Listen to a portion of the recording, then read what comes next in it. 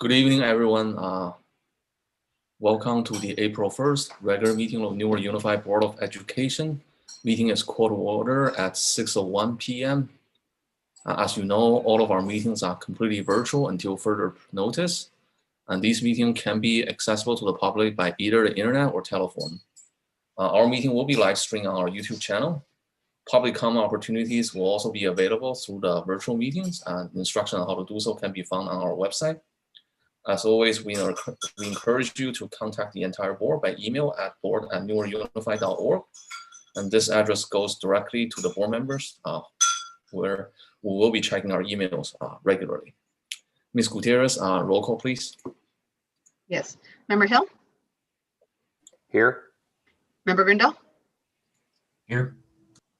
Member Nguyen? Here. Member Martinez? Here. And President Zhang? Here. Thank you. Moving on to approval of agenda. May I get a motion to approve the agenda? I move to approve the agenda as is. Motion made by Member Martinez, I'll second. seconded by Member Nguyen. Member Martinez, how do you vote? Sorry, yes. Member Grindal? Yes. Member Hill? Yes. Member Nguyen?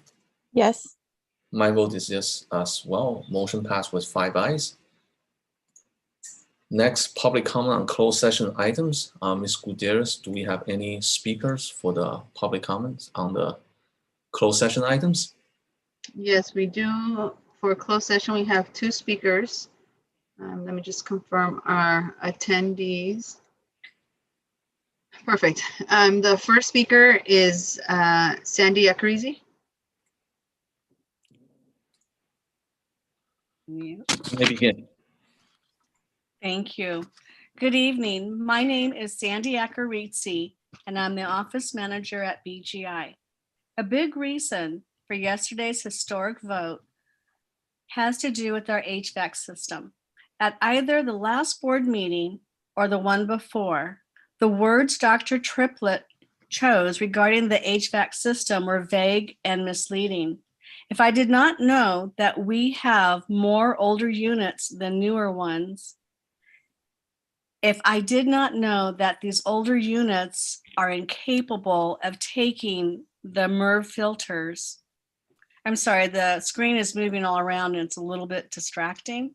So I'm going to start that sentence over. If I did not know that we have more older units than newer ones, if I did not know that these older units are incapable of taking the MERV filters that we need to stop the virus in its tracks, if I did not know that the MOT department has been decimated and that for our entire district buildings HVAC, we have one HVAC technician who cannot possibly change all of the filters when they need to be changed, I would have believed that the words Dr. Triplett used meant our HVAC system was safe and good to go.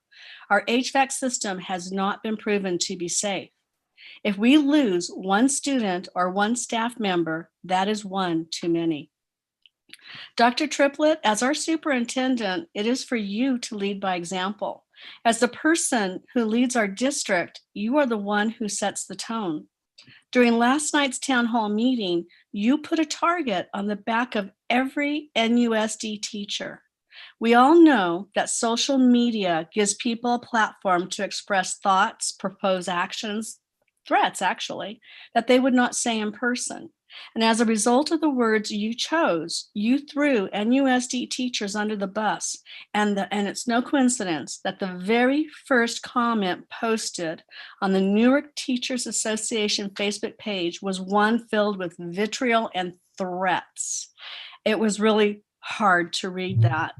Dr. Triplett, take that target off of our teachers' backs and own your part of responsibility for that no vote. Thank you. Thank you, Ms. Akarizi. Next speaker.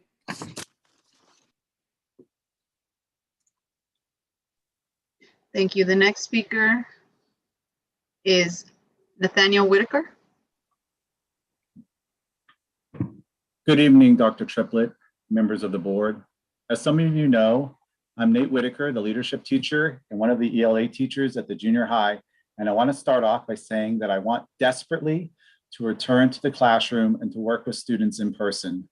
This is something I've sorely missed for a whole year. Unfortunately, at this time, the district has yet to demonstrate the preparation needed to return to in-person learning safely. My concerns center on issues that have yet to be addressed, which will ensure that all Newark students who deserve the best will be in a safe environment with as little further disruption to their learning as possible. Here are a few. First, the non-negotiable schedule that was proposed for secondary sites eliminates the opportunities we worked out in the fall for intervention and one-on-one support for struggling students, while doubling the daily workload for teachers. And the 75-minute block periods have been reduced to 50-minute periods. These and other schedule changes reduce the number of live instructional minutes and individual students will get for the rest of the year. And teachers lose their daily prep periods, will necessitate our working even farther past the end of the workday. If teachers were allowed to negotiate schedules, these issues could be easily remedied. Next, the HVAC systems at the junior high have had multiple problems for years. Just last year, my students had to sit in a hot, stale, uncomfortable classroom without any AC for months. Multiple work orders were submitted, but nothing happened until a complaint was filed with Cal OSHA and board members who had children suffering in these conditions were notified. Even so, the HVAC unit in my classroom and others still malfunction. Of most of concern is that MOT is installing MERV 8 filters instead of the MERV 13 filters recommended by Cal OSHA and the California Department of Health. And my classroom, as is true for most of the junior high, do not have alternative ways of keeping air circulating. I trust you can see how I struggle with the guarantees given that the HVAC systems are working properly and ready to keep staff and students safe. A solution would be for these HVAC systems to be inspected and cleared by a credible independent HVAC inspector rather than by MOT or their HVAC repair vendors. In multiple town hall meetings, the district has guaranteed that classrooms will be cleaned and disinfected between groups of students. At the secondary level, however, there will be no cleaning or disinfecting between class periods. Instead, cleaning will happen just once a day in the evening. Since students are intermingling all day, if just one confirmed COVID case arises, the entire site will have to close. Being fully vaccinated does not mean that one cannot get or spread COVID and students are not vaccinated. This is a serious risk. Only with more regular cleaning and proper ventilation in the classroom will students and staff be as safe as can be. Again, I really want to return to in-person learning, but until these issues are addressed properly, I don't believe that students who deserve the best have a safe environment to return to provide them with little to no disruption in their learning. Thank you. Thank you. Okay, I believe that's all the speaker for closed session item. In closed session, we'll be discussing item 3.2, public employee discipline dismissal release. 3.3, conference with labor negotiator. NTA CSEA, conference with labor negotiator, employee group NUMA, unrepresented supervisor, and contracted management. 3.5, conference with legal counsel, anticipated litigation, and we'll be back to open session. Okay, we'll be recessing to closed session, and I will see we'll be back at around 7. Okay, see you at 7. Bye-bye.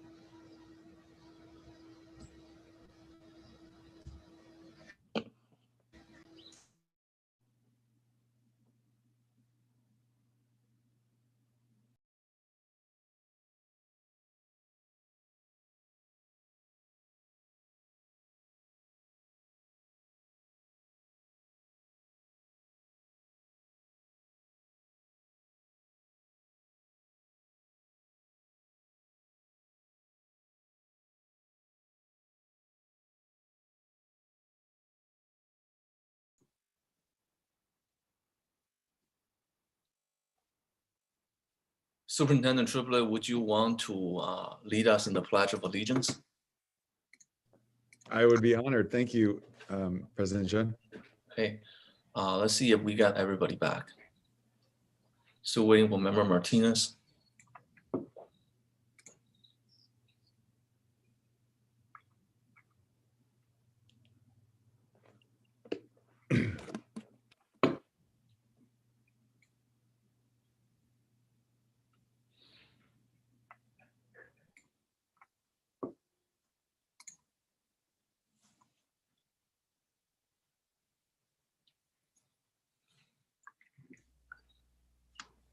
We can begin with we can begin, and Member Martinez will join soon. Okay, so we're back to open session. The superintendent has graciously agreed to lead us in the Pledge of Allegiance. And Ms. Gutierrez, can you turn on the banner? And everybody please stand.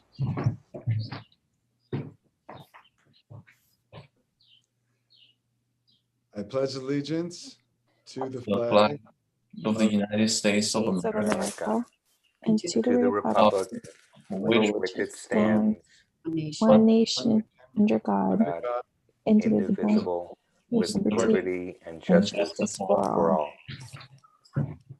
Thank you, everyone. Next, report of closed session actions. No reportable action has been taken in closed session. Student report from junior high, McGregor, and Memorial High. Superintendent Triplet. Okay, thank you, President Jun, and good evening to board members and staff and community. So we will have our student report, and I am delighted to introduce our student leaders. First from Newark Junior High School, Ms.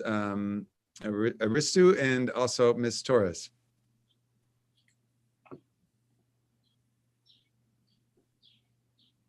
Welcome. Hi, board members, staff, and families. My name is Rachel Stu, and I will be giving the junior high report tonight. Firstly, our fundraising committee has postponed this upcoming month, which is still in the works. NJHS's virtual multicultural day has been put on hold and will be continued after we return from spring break. Our activities committee is holding a spirit week after spring break as well. And finally, we hope everybody has a relaxing, safe, and fun spring break this week. Thank you. Next. Thank you, President Jun, and thank you to our junior high school leader, Ms. Ristu.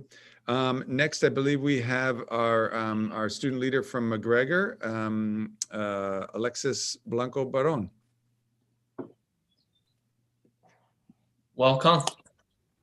Good evening, Superintendent, Dr. Triplet, board members, and cabinet members. My name is Alexis Blanco Barron, and I'm in 9th grade at Crossroads. I serve on the school site council. It is now our 4th quarter. We have several new students at Bridgepoint and Crossroads. We started new quarter with a special assembly called the 4th quarter refresh. Over 25 students participated in a training about professional communication and human rights issues. Our tobacco use prevention peer educator did a presentation. Great job, ladies. We're looking forward to spring break. when we return. We will celebrate our third quarter rewards. Thank you. Thank you. Thank you for your report. Next one.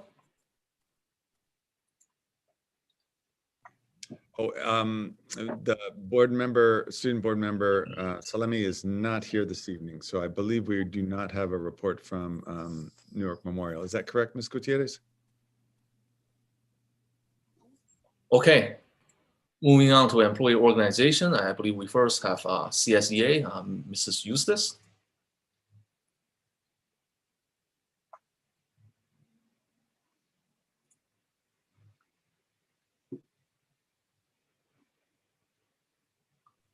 Ms. Eustace, you are on mute. Welcome. Thank you. I would like to give this report to the board. The lowest hourly wage rate on the current CSEA classified hourly schedule is $12.58, which is far below the current minimum wage of $14 an hour. While nobody in our bargaining unit is currently making less than minimum wage, what message does this send out to the public about Newark Unified School District and attracting new employees?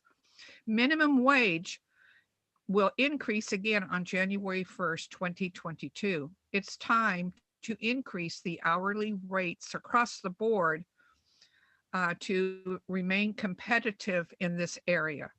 Currently, CSEA employees are being nickeled and dimed by the district in multiple ways. Wages increase do not keep up with the cost of living. Layoff means the same amount of work for remaining employees. At the same time, the district is crowing about increasing the amount of students which are classified employee students, because we live in Newark, and most of them are qualifying for free and reduced lunches. This enables the district to cross the threshold and qualify for additional state and federal funding while pushing the district's reserves to 17 to 24%.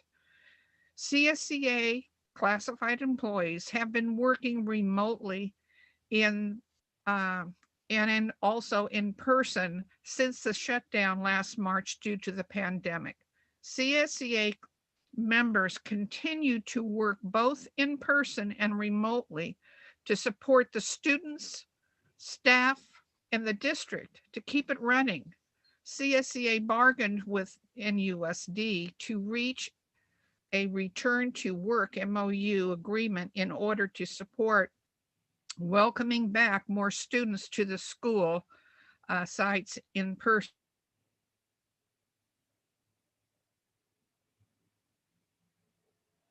Ms. Eustace, I think you were a little bit frozen.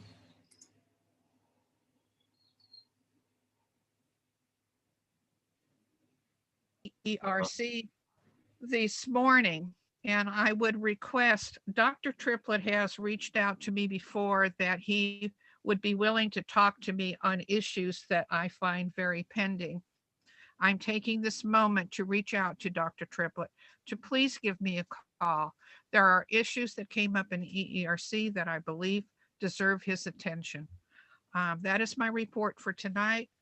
I'm worried about our classified employees, and we are here for you, but we want to be treated fairly and be appreciated. Thank you. Thank you, Ms. Eustace. I believe next speaker is Mrs. Catherine Ngan Waters from Newman.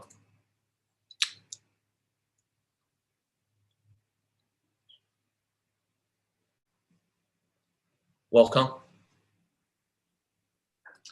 Good evening, President Jun, Board of Trustees, and Executive Cabinet. Members of NUMA have been working hard on our site plans as well as preparing for students' eventual return to campuses. We would like to thank the hard work of all those involved during this busy spring season and wish everyone a safe and restful spring break. We are pleased to recognize two outstanding NUMA members from the Child Nutrition Services Department, Mary Sayers and Kathy Hayes. Mary is the Director of Child Nutrition Services and has been in the NUSD family for 24 years. In fact, she has a high school daughter soon graduating from Newark Memorial High School. Mary also grew up here in Newark and values working in a district where we support each other. Mary is responsible for serving the students of Newark nutritious and exciting meals, up to 4 meals a day for some students, following current USDA healthy meal guidelines by making sure the meals meet the whole grain requirement, sodium levels, as well as the traditional fat and calories. She also works closely with community groups to serve children through the school year as well as during the summer. Kathy Hayes is the field supervisor for child nutrition. She has been with the Newark School District for 23 years. Major responsibilities are supervising all the elementary school kitchens and the central kitchen. She takes care of district inventory and fills in where needed, from serving at school sites to stuffing envelopes for mailing. What she likes best is meeting new students wherever she goes, from first graders to the seniors at the high school. Thank you for your hard work and being a part of NUMA, Mary and Kathy. Thank you. Thank you for your report. I believe that's it for the employee organization. Next, we'll have staff spotlight. Dr. Triplett. All right, thank you very much, President John. One moment while I get our my deck up.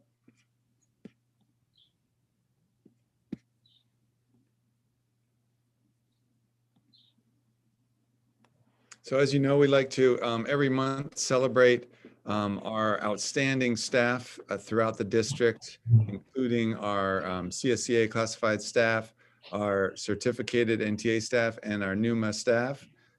This month, we're really delighted to celebrate a teacher at Kennedy Elementary, 5th grade, Mr. Mark Kelmer. Mr. Kelmer is really outstanding. I've had the pleasure of being in his class. I can say when I think of his class and my visit, actually I've been there twice, his students are really thriving. He's really pushing their creative thinking, and student voice is really evident in the class. So please join me in celebrating Mr. Kelmer. Next is our principal of the month, Miss Vicenta Ditto. She is the principal at Birch Grove Primary, and I'm honored to be celebrating her. Miss Ditto has an incredible instructional focus. She has created a system and a structure for supporting teachers through observation and feedback that is now being used in other schools as well. She's really a systems thinker and a problem solver. Has done a lot of preparation for when we return to in-person, and is really helping all of us to think through some of those systems. So please join me in celebrating Ms. Ditto. And then lastly, but certainly not least, we have our a custodian at Newark Junior High School, Mr. Henry Dewitz. Mr. Dewitz, my understanding, what I heard from the principal, Krishna, is that when she first got to the school in the fall, the yard was really suffering from lack of water. And Mr. Dewitz, in addition to all his other duties, has really taken it upon himself to make the gardens flourish, the bushes, the shrubbery, the flowers. It's become a beautiful place this year under his green thumb and his guidance. So please join me in appreciating Mr. Dewitz. And those are our staff spotlights for this month. Thank you, Superintendent, and thank you for the 3 mentioned staff members for what they do for our district and our students. Next will be public comment on non-agenda items.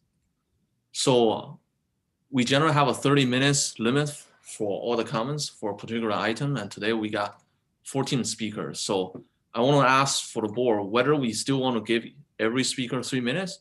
So if they couldn't finish within 30 minutes, then they will need to wait till the end of the meeting to make the comment, or does the board see that we can reduce the comment time to 2 minutes so we can fit everybody into the 30 minutes time frame? Want to hear from the rest of the board. Member Hill?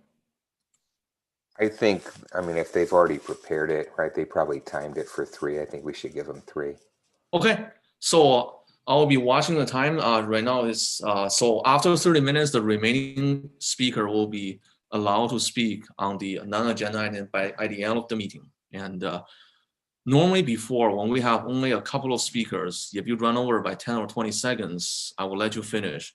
Today, given the volume of our speakers, I'll be a bit stricter on this. So because hope everybody respects everybody's time. Okay. Ms. Gutierrez, can you bring in the speaker? I believe the first one is Ms. Shrivani Vanjari. Time is 7:17 p.m. So public comment will run through 7:47 p.m. Can you guys hear me? Yes, you may begin. Oh, thank you. Good evening, everyone. I am Shrivani Vanjari, and a parent of a 9th grader and 6th grader in this district, and hope you are all doing well. So I'm here to talk about the concerns with the 7th grade math options for our kids, and I'm sure many parents have the same concerns. So recently I found out that from the junior high administration that they're taking away the algebra option for a 7th grade. I was really surprised. I reached out to administration, I reached out to superintendent, and of course I sent an email. I don't know whether Mr. Triplett got a chance to check it out, but I did reach out to so the many people to understand how can we take it off without having a clear transition plan for the kids from junior high to high school.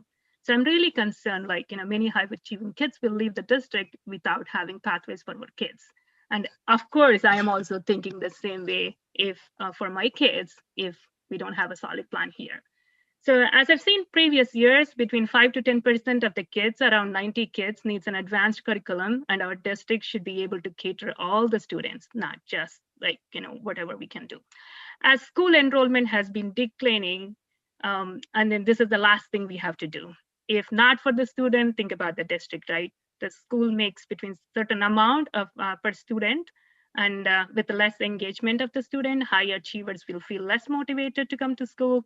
And few of the parents, as I said earlier, it could be me too, go as far as that to pull the kids out of the school. The district loses money year after the year, and then this is the last thing we wanted to lose the money at the exponential rate. Right, and then of course, 7th grade student won't able to understand this by cutting. If this is happening because of you're cutting the algebra. To compensate this losing the money, we have to close more schools. That's happening already. How stubborn we are that we are willing to do this and neglecting the basic values our district believes in, that every Newark student deserves the best. Our high performance are not our students. Now it's our chance to decide. Our district seems to have never focused on how to keep these high performing kids in the school district who can really bump up our scores. Also, we increase the load to the high school is going to be another issue. Putting 2 years of learning into one's 80 days worth of a curriculum in a high school, it simply won't cut it. Many students will be stunted. Okay, many kids will be stunted by this fast pace. The only thing I'm asking here, I would like to see our kids be able to take Calc PC by 12th grade, which is required by top schools. It should be maintained for all students. It's not like, only the advanced students. Like everybody should be able to take this. That is what the school district should be looking at. Thank you, Shrivani. Thank you, Shrivani. Our time is limited. Next speaker. Sorry, yes, the next speaker is Mr. Sasidar Jalalamundi. Thank you.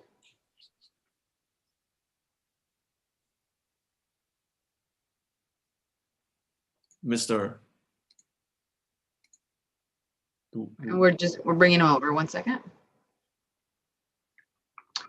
The name doesn't appear currently on our attendee list, so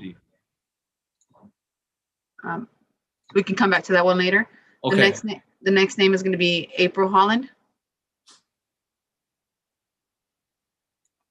Welcome. You may begin. You are on mute.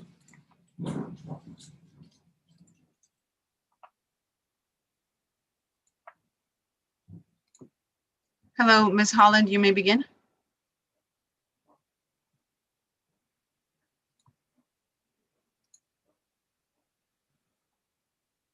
April Holland. We will try to come back. Oh, no, I sorry about that. Okay, you may begin. All right, I am basically addressing the same issue that I believe Srivani addressed, which was algebra access for 7th grade students. We have been in the district from the age when our child was in kindergarten, and they are in 6th grade now. We've had very good experience with the elementary school. We are part of BGI and have great things to say about the teachers and the administrator. But at this point, I'm feeling frustrated. It feels that significant time and effort and funding is being directed to help lower performing students achieve, as well it should.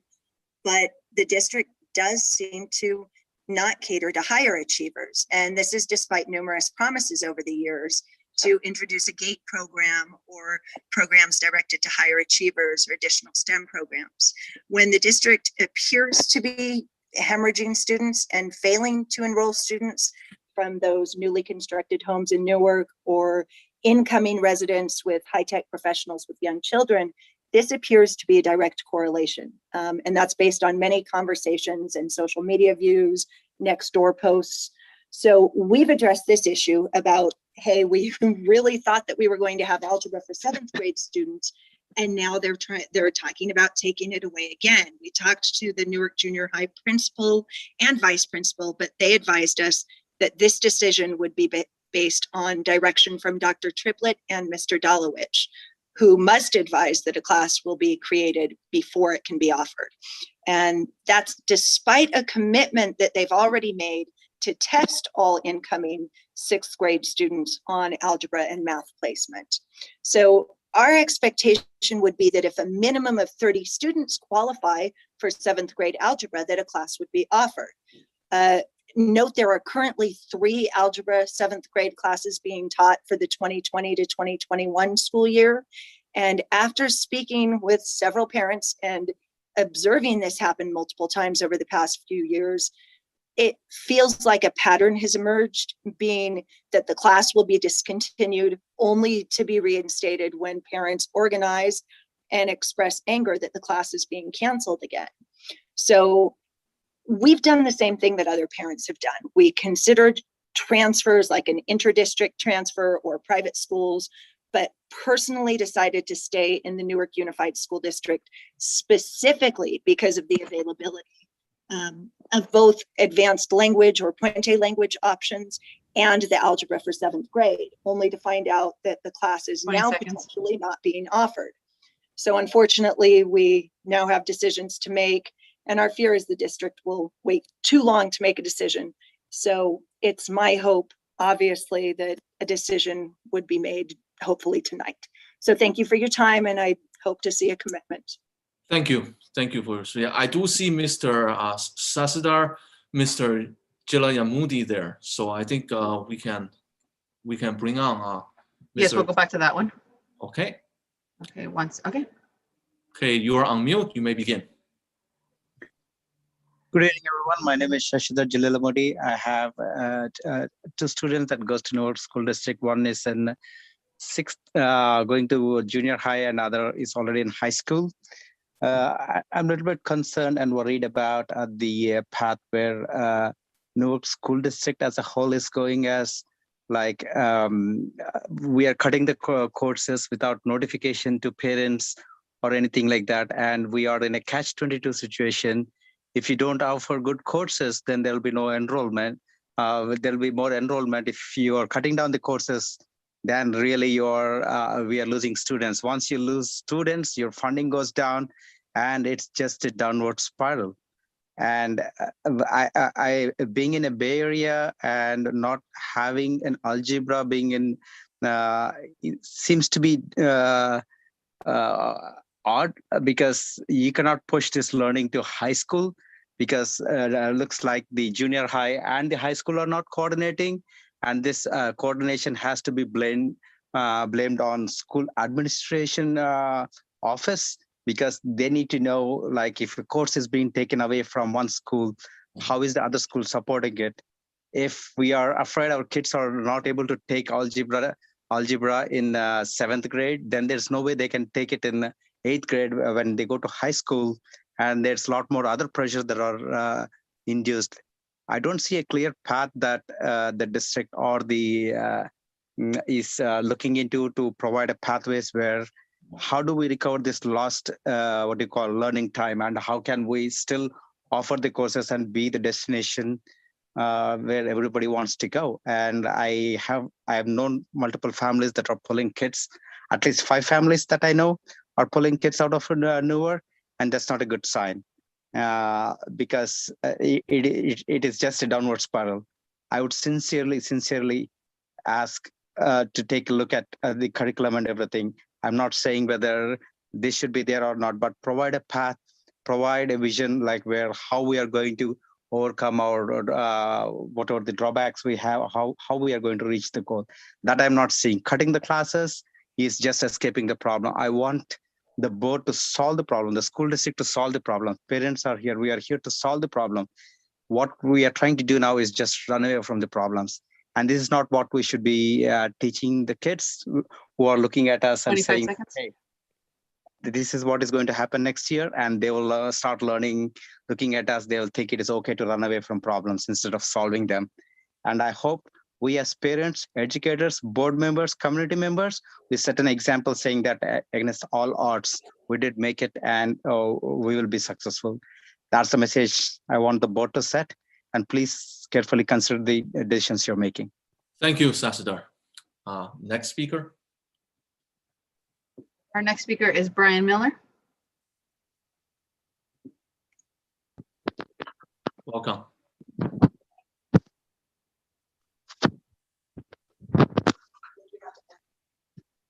You may begin, Brian. Am I audible? Yes. Yes.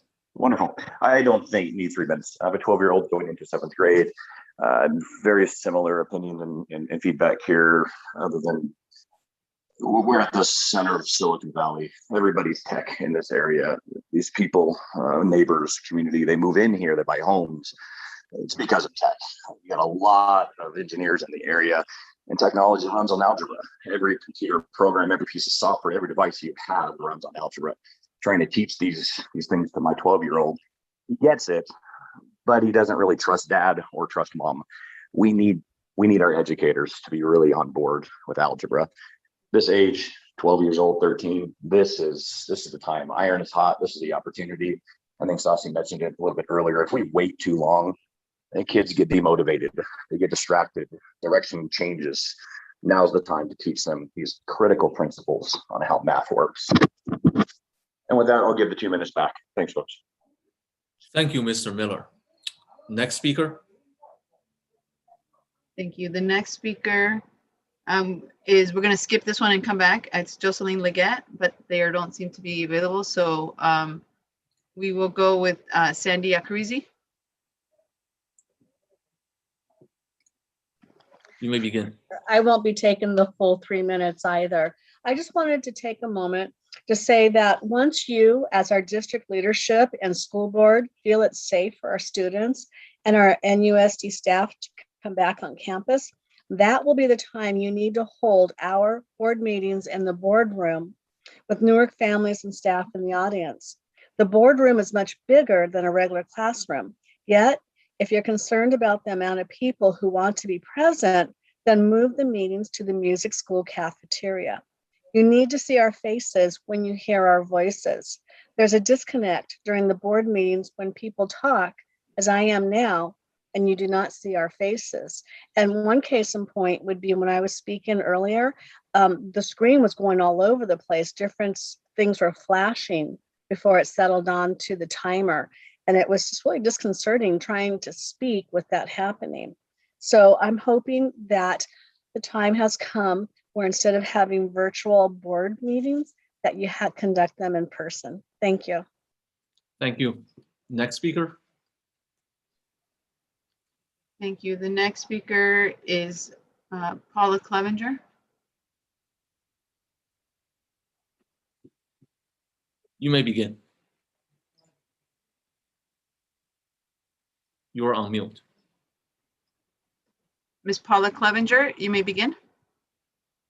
Okay, am I alive now? Yes. Okay. I wanted to be anonymous, but it didn't work, so don't worry about it. I started out wanting to make a comment to the Board of Trustees, Dr. Triplett and staff, but after today, I would like to also talk to the parents and community of Newark. I have read so many comments from parents and community members on several Facebook pages today, and at first, I was furious and wanted to comment on each and every remark, but now I want to bring it down to one of my kids in my class, and yes, now that my name is shown, I am a teacher who wants to remain anonymous, but will not. So I won't be the next target on Facebook. Wednesday, one of my kids asked if today would be the last day that we would see each other this year. He was afraid that because of the proposed switch to in-person learning, he might not have me as a teacher starting on April 14th. Yes, the students know and have listened when the district said there was no guarantee that they would have the same teacher in the district's current plan. It broke my heart to tell him that I didn't know what would happen to any of my kids, because that is one of the long list of responsibilities that the district leadership has pushed onto the principals to accomplish in a very short period of time. I have fought hard to build a class culture that revolves around respect and trust, as well as academics, through several daily Zoom and Google Meets. My kids have worked hard during this difficult year to not only learn, but gain some sort of normalcy to a life that is nothing but normal. Now parents are blaming teachers and teachers unions everywhere for not rushing back into unsafe classrooms and shorter times with our students. How did the tide turn so quickly? Since the pandemic began, teachers were celebrated for helping students cope through this difficult time. The amount of hate that I read on Facebook throughout the day has left me with a bad taste in my mouth and a hole in my heart. You have trusted teachers with your children for years, trusting them to make the best decisions on trusting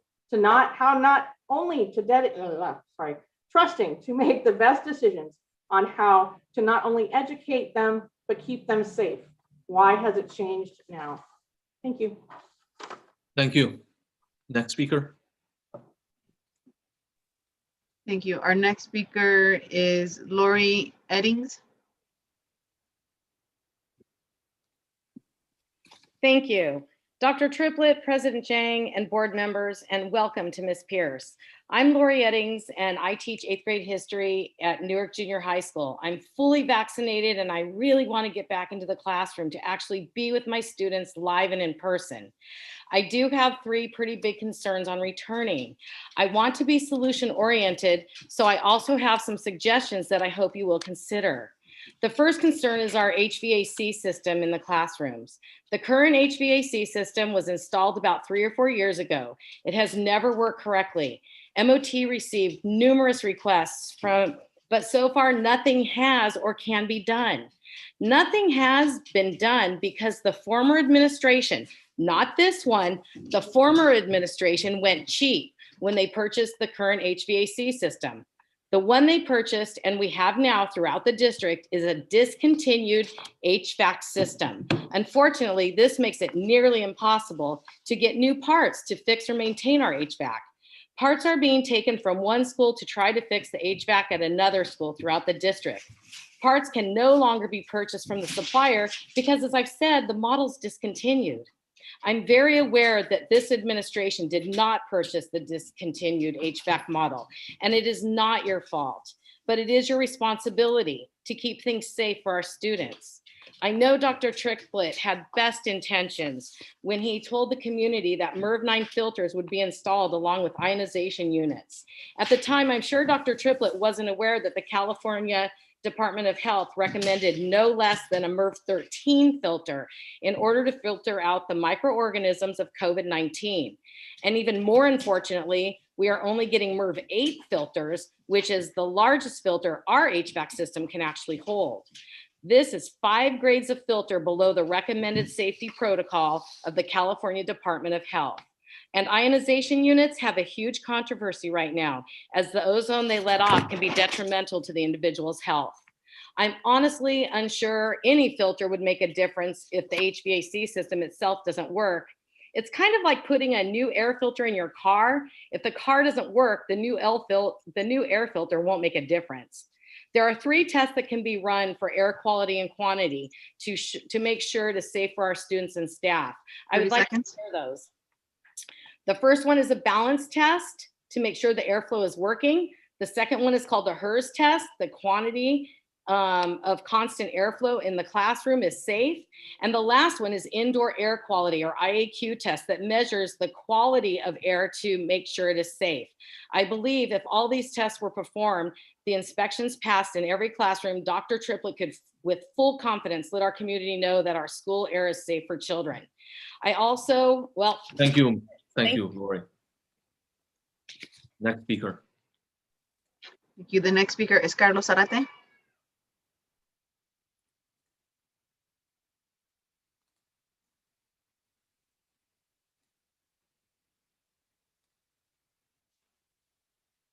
Give me 1 second while we work on the video.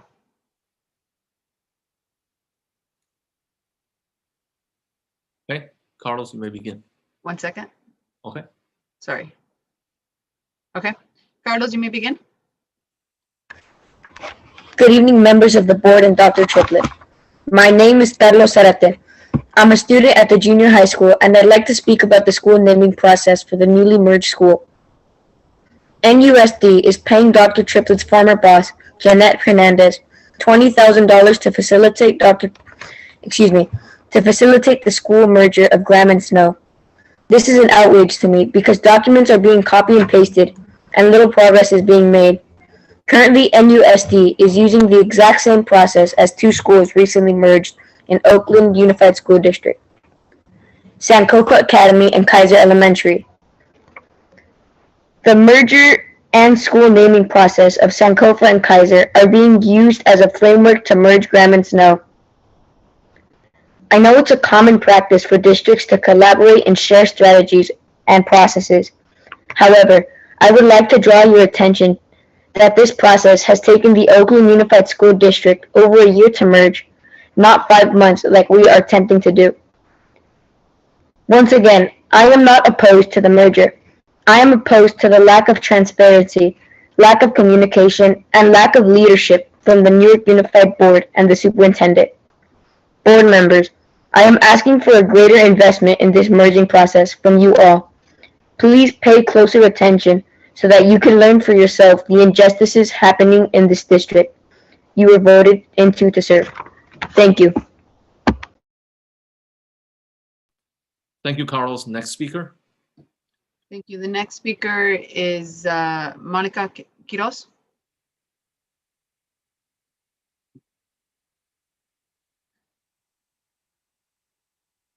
I will be working on the video on this one as well.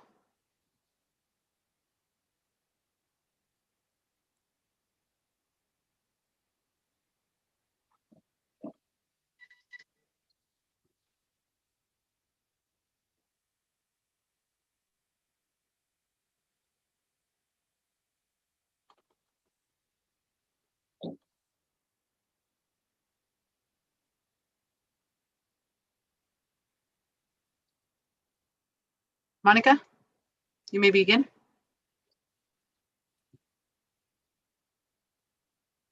Monica Quiroz. You are on mute. Monica Quiroz.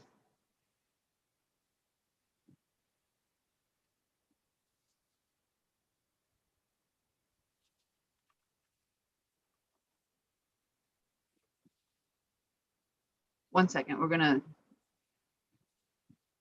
One second, President Zhang.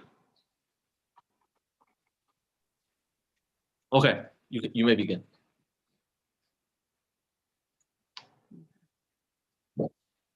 We're bringing the speaker back.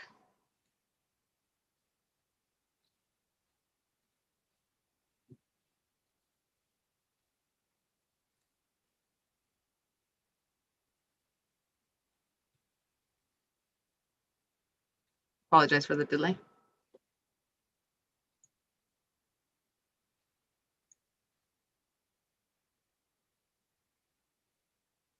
Okay. 1 second. Okay, you may begin. Mónica, puede empezar. Sí.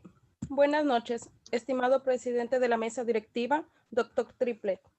La comunidad latina de Graham y miembros de ILAC estamos escribiendo esta carta para informarles sobre la falta de profesionalismo e irrespeto que sigue sucediendo a lo largo del proceso de función de nuestra escuela. En primer lugar, a pesar de que nuestra comunidad de habla hispana es más del 15% del distrito, no ha logrado proporcionar traducciones de documentación importantes, es decir, presentaciones de PowerPoint, plazos de traducción de plan local. El CAP, el director Triple, constantemente afirma que quiere ser inclusivo de todos los padres y comunidad, pero hasta la fecha nos sentimos ignorados y frustrados. Hemos solicitado hechos comentarios en reuniones comunitarias y reuniones de la Junta, pero nunca obtuvimos una respuesta.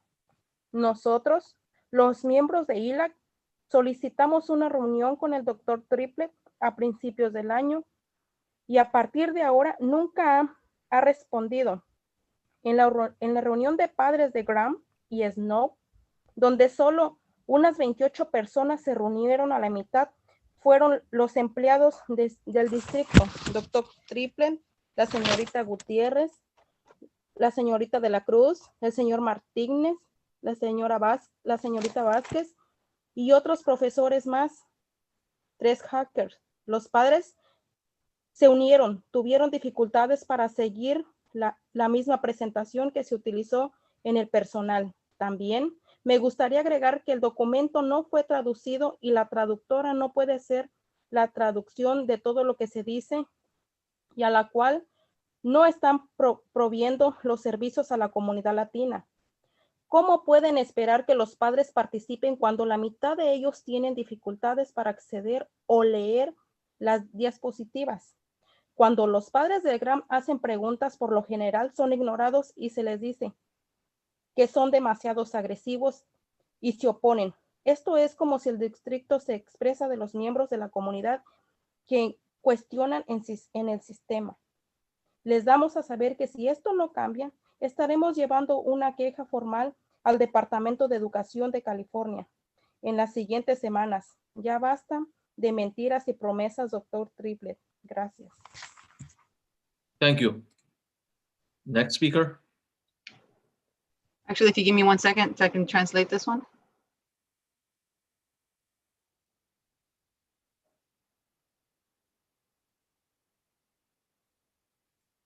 Okay, so let me put 3 minutes up. The speaker spoke about the lack of, the speaker mentioned that she feels a lack of respect regarding the Latin community and lack of, due to the lack of translation with documents such as any district plans or PowerPoints or presentations. She believes that Dr. Triplet talks about inclusivity, but she and the community do not feel included. The members from ELAC requested a meeting early on in the year, and they still have not been able to get a meeting with Dr. Triplet. During the Graham and Snow meeting, the presentation was not translated. Therefore, the Spanish-speaking members were not able to provide input on the information because they were not fully informed as to the exercise that was being asked of. And therefore, they feel that they are not providing adequate services for the Latin community. And if adequate services are not being provided, how do you expect the Latin community to feel that they are included? currently the community feels that they are being described as aggressive when all they're asking for is help. And if this doesn't continue, there will be a formal complaint with the education agency. Thank you. Okay. 1 second while I get the next speaker. The next speaker is going to be Daniel Reed.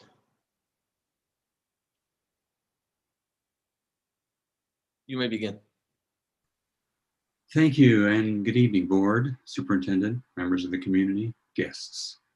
I've been teaching for over 30 years and with Newark Unified since 2004. I've been before the board once before when I was invited to present an animated slideshow I'd created about the junior high, which one could still view on YouTube. Tonight, I mean to speak for the more experienced, perhaps more idealistic, yet still realistic members of our district's community.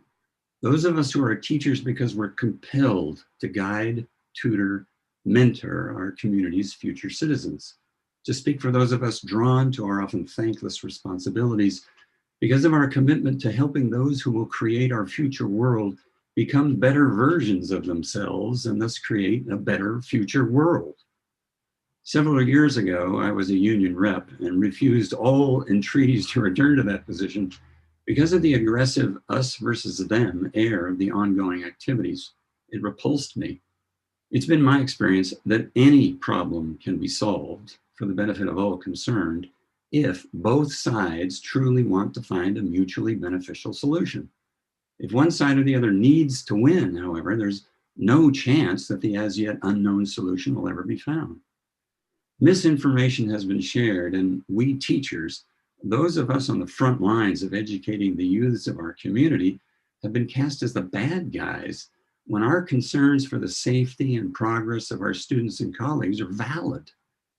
Teaching virtually is not easier for us teachers. We're not sitting around the pool sipping martinis. We don't have time.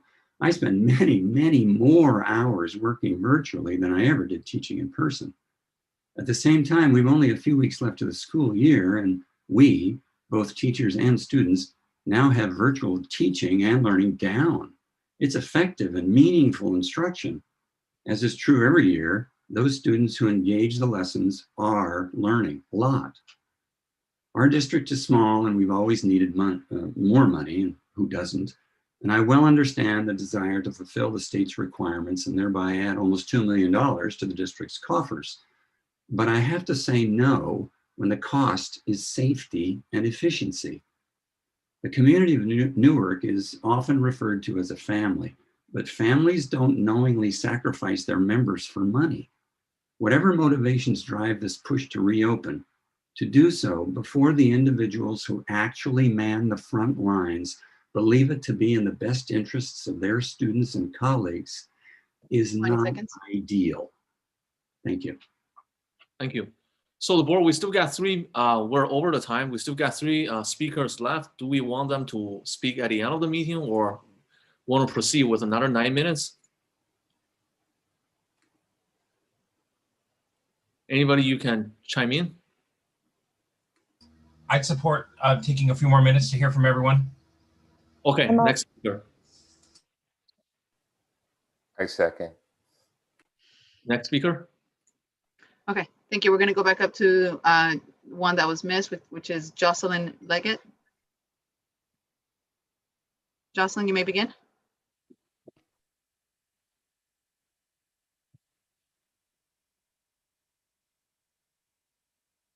Hi, Jocelyn. Can you unmute yourself?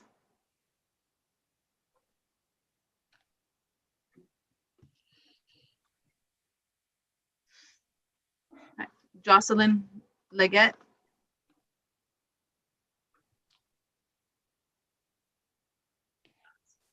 One more time, can you hear us, Jocelyn?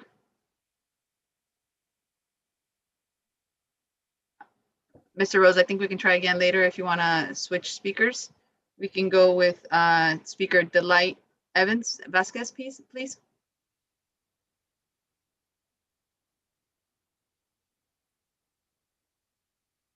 Can we work on a video? Okay. Delight, you may begin. Okay, can you hear me? Yes. Okay, good evening, members of the board and Dr. Triplett. I have been a member of the Newark Unified School District and community since 2001. At the last board meeting, some of us expressed our concerns about the process in which the new leadership of Snow Graham was being selected. Board member Fong recommended Dr. Triplett consider having an outside panel to go through this process. As a third grade teacher, in class we learned that when something is not fair or doesn't feel right, we should do something about it. Otherwise, we become part of the problem. Well, I do feel the leadership selection process was not fair or right, so I am speaking up about it.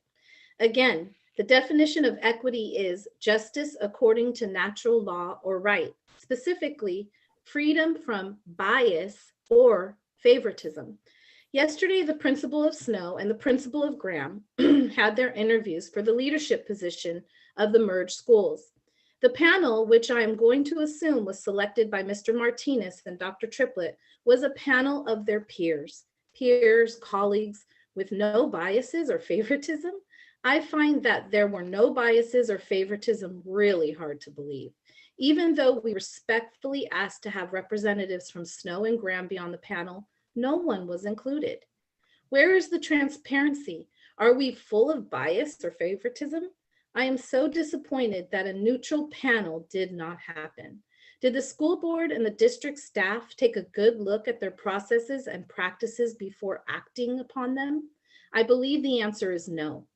I bring this to your attention because myself and many other teachers feel the division that the district leadership is causing for not being honest and transparent. Dr. Triplett and board members, as public servants, you must listen to the community and be involved in the processes that take place when hiring principals as well as cabinet members. We urge that you follow through with meeting the needs of our students and not act like politicians who make promises but don't allow follow through. Thank you. Thank you. Next speaker.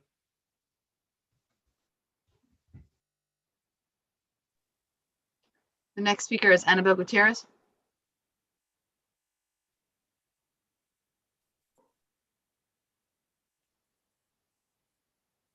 Can you unmute yourself? You may begin. Good evening. I am concerned by the lack of transparency and the lack of equity that's happening in this district. It is my understanding that the Graham and Snow principals were interviewed this week. Parents, teachers, and board members asked you, Dr. Triplett, to adjust your panel to make it fair and unbiased. I want to know, did Principal Bird and Principal Tomasini have to interview with the panel of their peers? If so, that would be terribly unprofessional and inappropriate from your part. It also sends a message that NUSD does not follow equitable processes. The reopening plan that fell through this week is another example of an inequitable process. Did you really expect NTA to approve the MOU when you gave the community a deadline of April 1st at noon to turn in their commitment forms when teachers leave for spring break that same day? You don't even have sufficient technology available to all students in the district. What is your main concern? Is it the academic success of our students? Or are you worried about the funding the state will provide if you reopen? Did you think you were ready to reopen when Graham School hasn't had an office manager during all of distant learning? Another inequitable process has been the merger of Graham and Snow. First of all, even though our Spanish-speaking community is more than 15%, the district has failed to provide translations of important documents like PowerPoint presentations, timelines, and LCAP. Dr. Triplett constantly states that he wants to be inclusive of all parents and communities, but to this date, we feel dismissed. At the Graham Snow parent meeting, there were only approximately 20 people who joined, and half were district employees like Dr. Triplett, Ms. Gutierrez, Ms. De La Cruz, Mr. Martinez, Mr. Dolowich, Ms. Pierce, and other teachers, plus 3 hackers. I'd also like to add that the document was not translated, which is a disservice to the Latino community and against Ed Code 48985. How can you expect parents to participate when half of them are struggling to access or even read the slides? When parents from Graham ask questions, they are usually dismissed and told they are too hostile or unwelcoming. Is that what we call community members who question the system? If no changes are made, we will be filing a formal complaint 20 with the seconds. California Department of Education to make sure this is also looked into. A better job needs to be done to ensure that NUSD follows transparent and equitable processes that meet the academic needs of all our students. Thank you. Thank you. Next speaker. Our next speaker is Teresa Castaigne.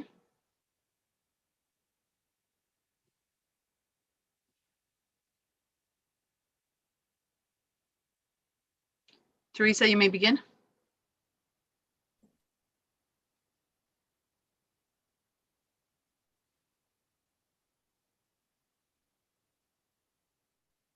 You're on mute.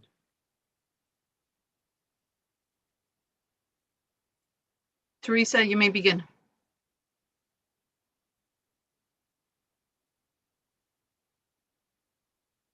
Can you hear me? Yes. Okay. Good evening, everyone. As a member of the community, I attended the last meeting to listen to the Graham and Snow, one moment. The Graham and Snow principal selection process. Many of us parents felt dismissed and ignored by the way the meeting took place and a lack of transparency from Dr. Triplett. I know many parents have addressed these questions in previous meetings. However, no answers have been provided. Why did our principal of Graham, Ms. Bird, reapply for a job she has been doing for the last 5 years? She has been principal of the year, has had the highest scores in the district, and has high expectations of all students. Do you guys think it was fair for her to be interviewed by a panel of peers?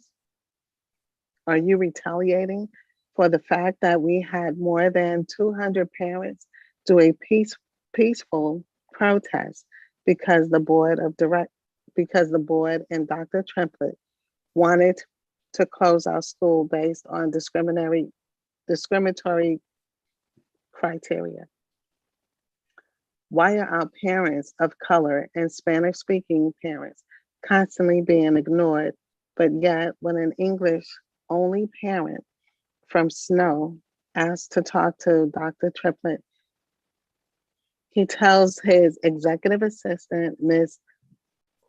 Gutierrez, to please remove the rest of the parents from the Zoom call. And then we open the meeting so that he can meet in private with the Snow parent. Are we dividing and conquering our community? Parents and teachers of Graham are being perceived as hostile and unwelcoming for questioning the system. It's ideas such as these that create a better narrative where every group can thrive and matter. Transparency, equity, and community involvement are usually the buzzwords that are constantly being used by Dr. Triplett and his team.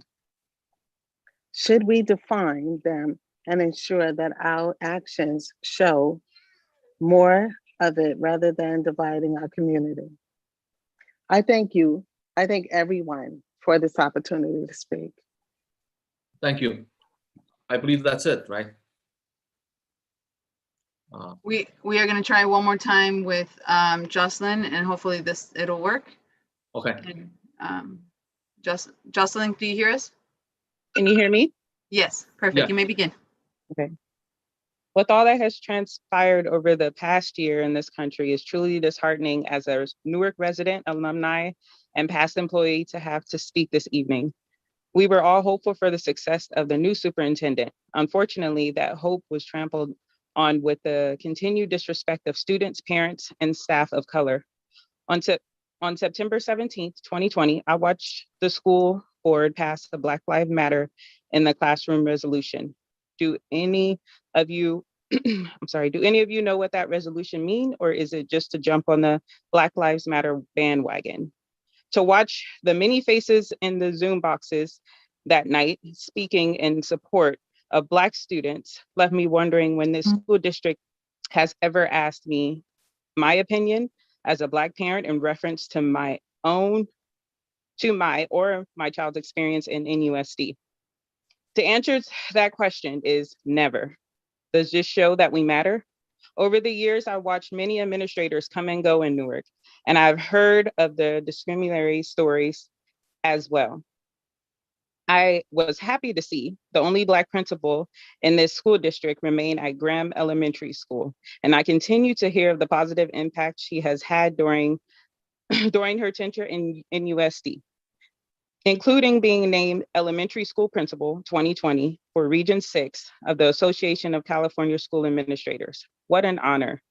So please explain to me why she has to re-interview for a position that she has successfully held for the past 5 school years. Explain to me how your only Black principal who has raised standardized test scores for some of the most in-need students in Newark should have to receive a pink slip, in which the superintendent claims was not a pink slip. In what organization does someone post a job announcement for a position that is not open for applicants to apply? How disrespectful. Dr. Triplett, I am here to say to you tonight that you have personally disrespected the Black families in Newark. Your personal attack on Principal Byrd is an attack on all of us. Our children deserve to see themselves in not just the curriculum, but represented in our staff, school leaders as well. Clearly, the disciplinary in this school districts, in this school districts, what's my spot? In this school districts, data calls for it. The Black community is wondering how many qualified Black applicants apply for jobs in NUSD and don't even get an interview. The Black community wants to know 15 seconds. How our Black teachers and staff are treated in NUSD. I'm running out of time. Having said that, now look at your choices, look at your decisions. We as a Black community are watching you as well, and we won't be silenced. Thank you. I believe that's it for all the speakers, right? Thank you, and yes, that is all the speakers. Superintendent report, Dr. Triplett. All right, thank you, President Jun. 1 second while I get this presentation up.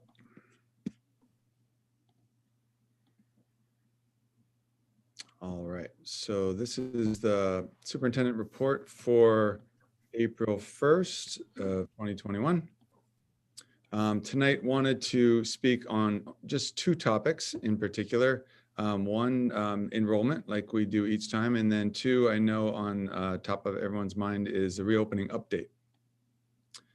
So first, in terms of enrollment, this is this week's enrollment data. As you know, we share this every board meeting and update it. So unfortunately, as you can see, since last board meeting on the 15th, or actually I believe it was on the 18th, but from the enrollment on the 15th of March, we have lost an additional 14 students. Unfortunately, I think that what we're experiencing is, and what I have heard from both principals and from parents alike, is that some families are leaving the district and frustrated about the fact that there is not in-person learning and are seeking other options. So this is something that we'll continue to monitor, of course, and it's definitely something that we are concerned about, and to make sure that we are doing everything we can to both mitigate any loss in enrollment, but also really think about how we are increasing enrollment for the upcoming school year. So you've seen this before. This just wanted to review our enrollment process. We ended the priority window on the 12th of March, and we've been processing the applications from the priority window, and then also any transfers. And now we are in the open registration section. So we're now accepting additional registrations, and we'll continue to place students up through the summer and into the fall.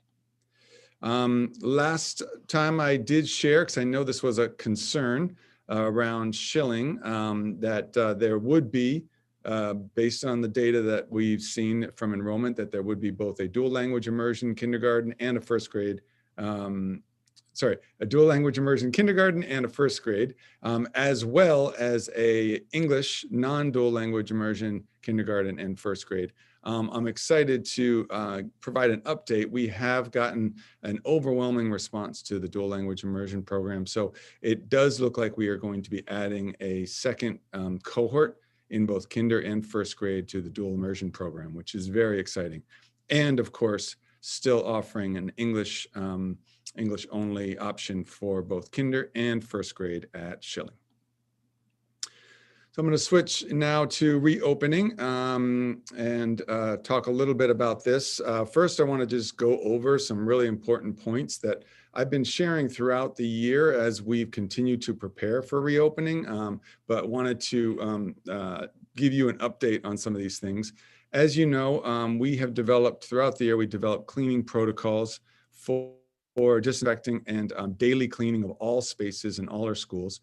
We purchased equipment, including foggers that you see now being used on airplanes and in other spaces that really help to mitigate and eliminate the virus on surfaces.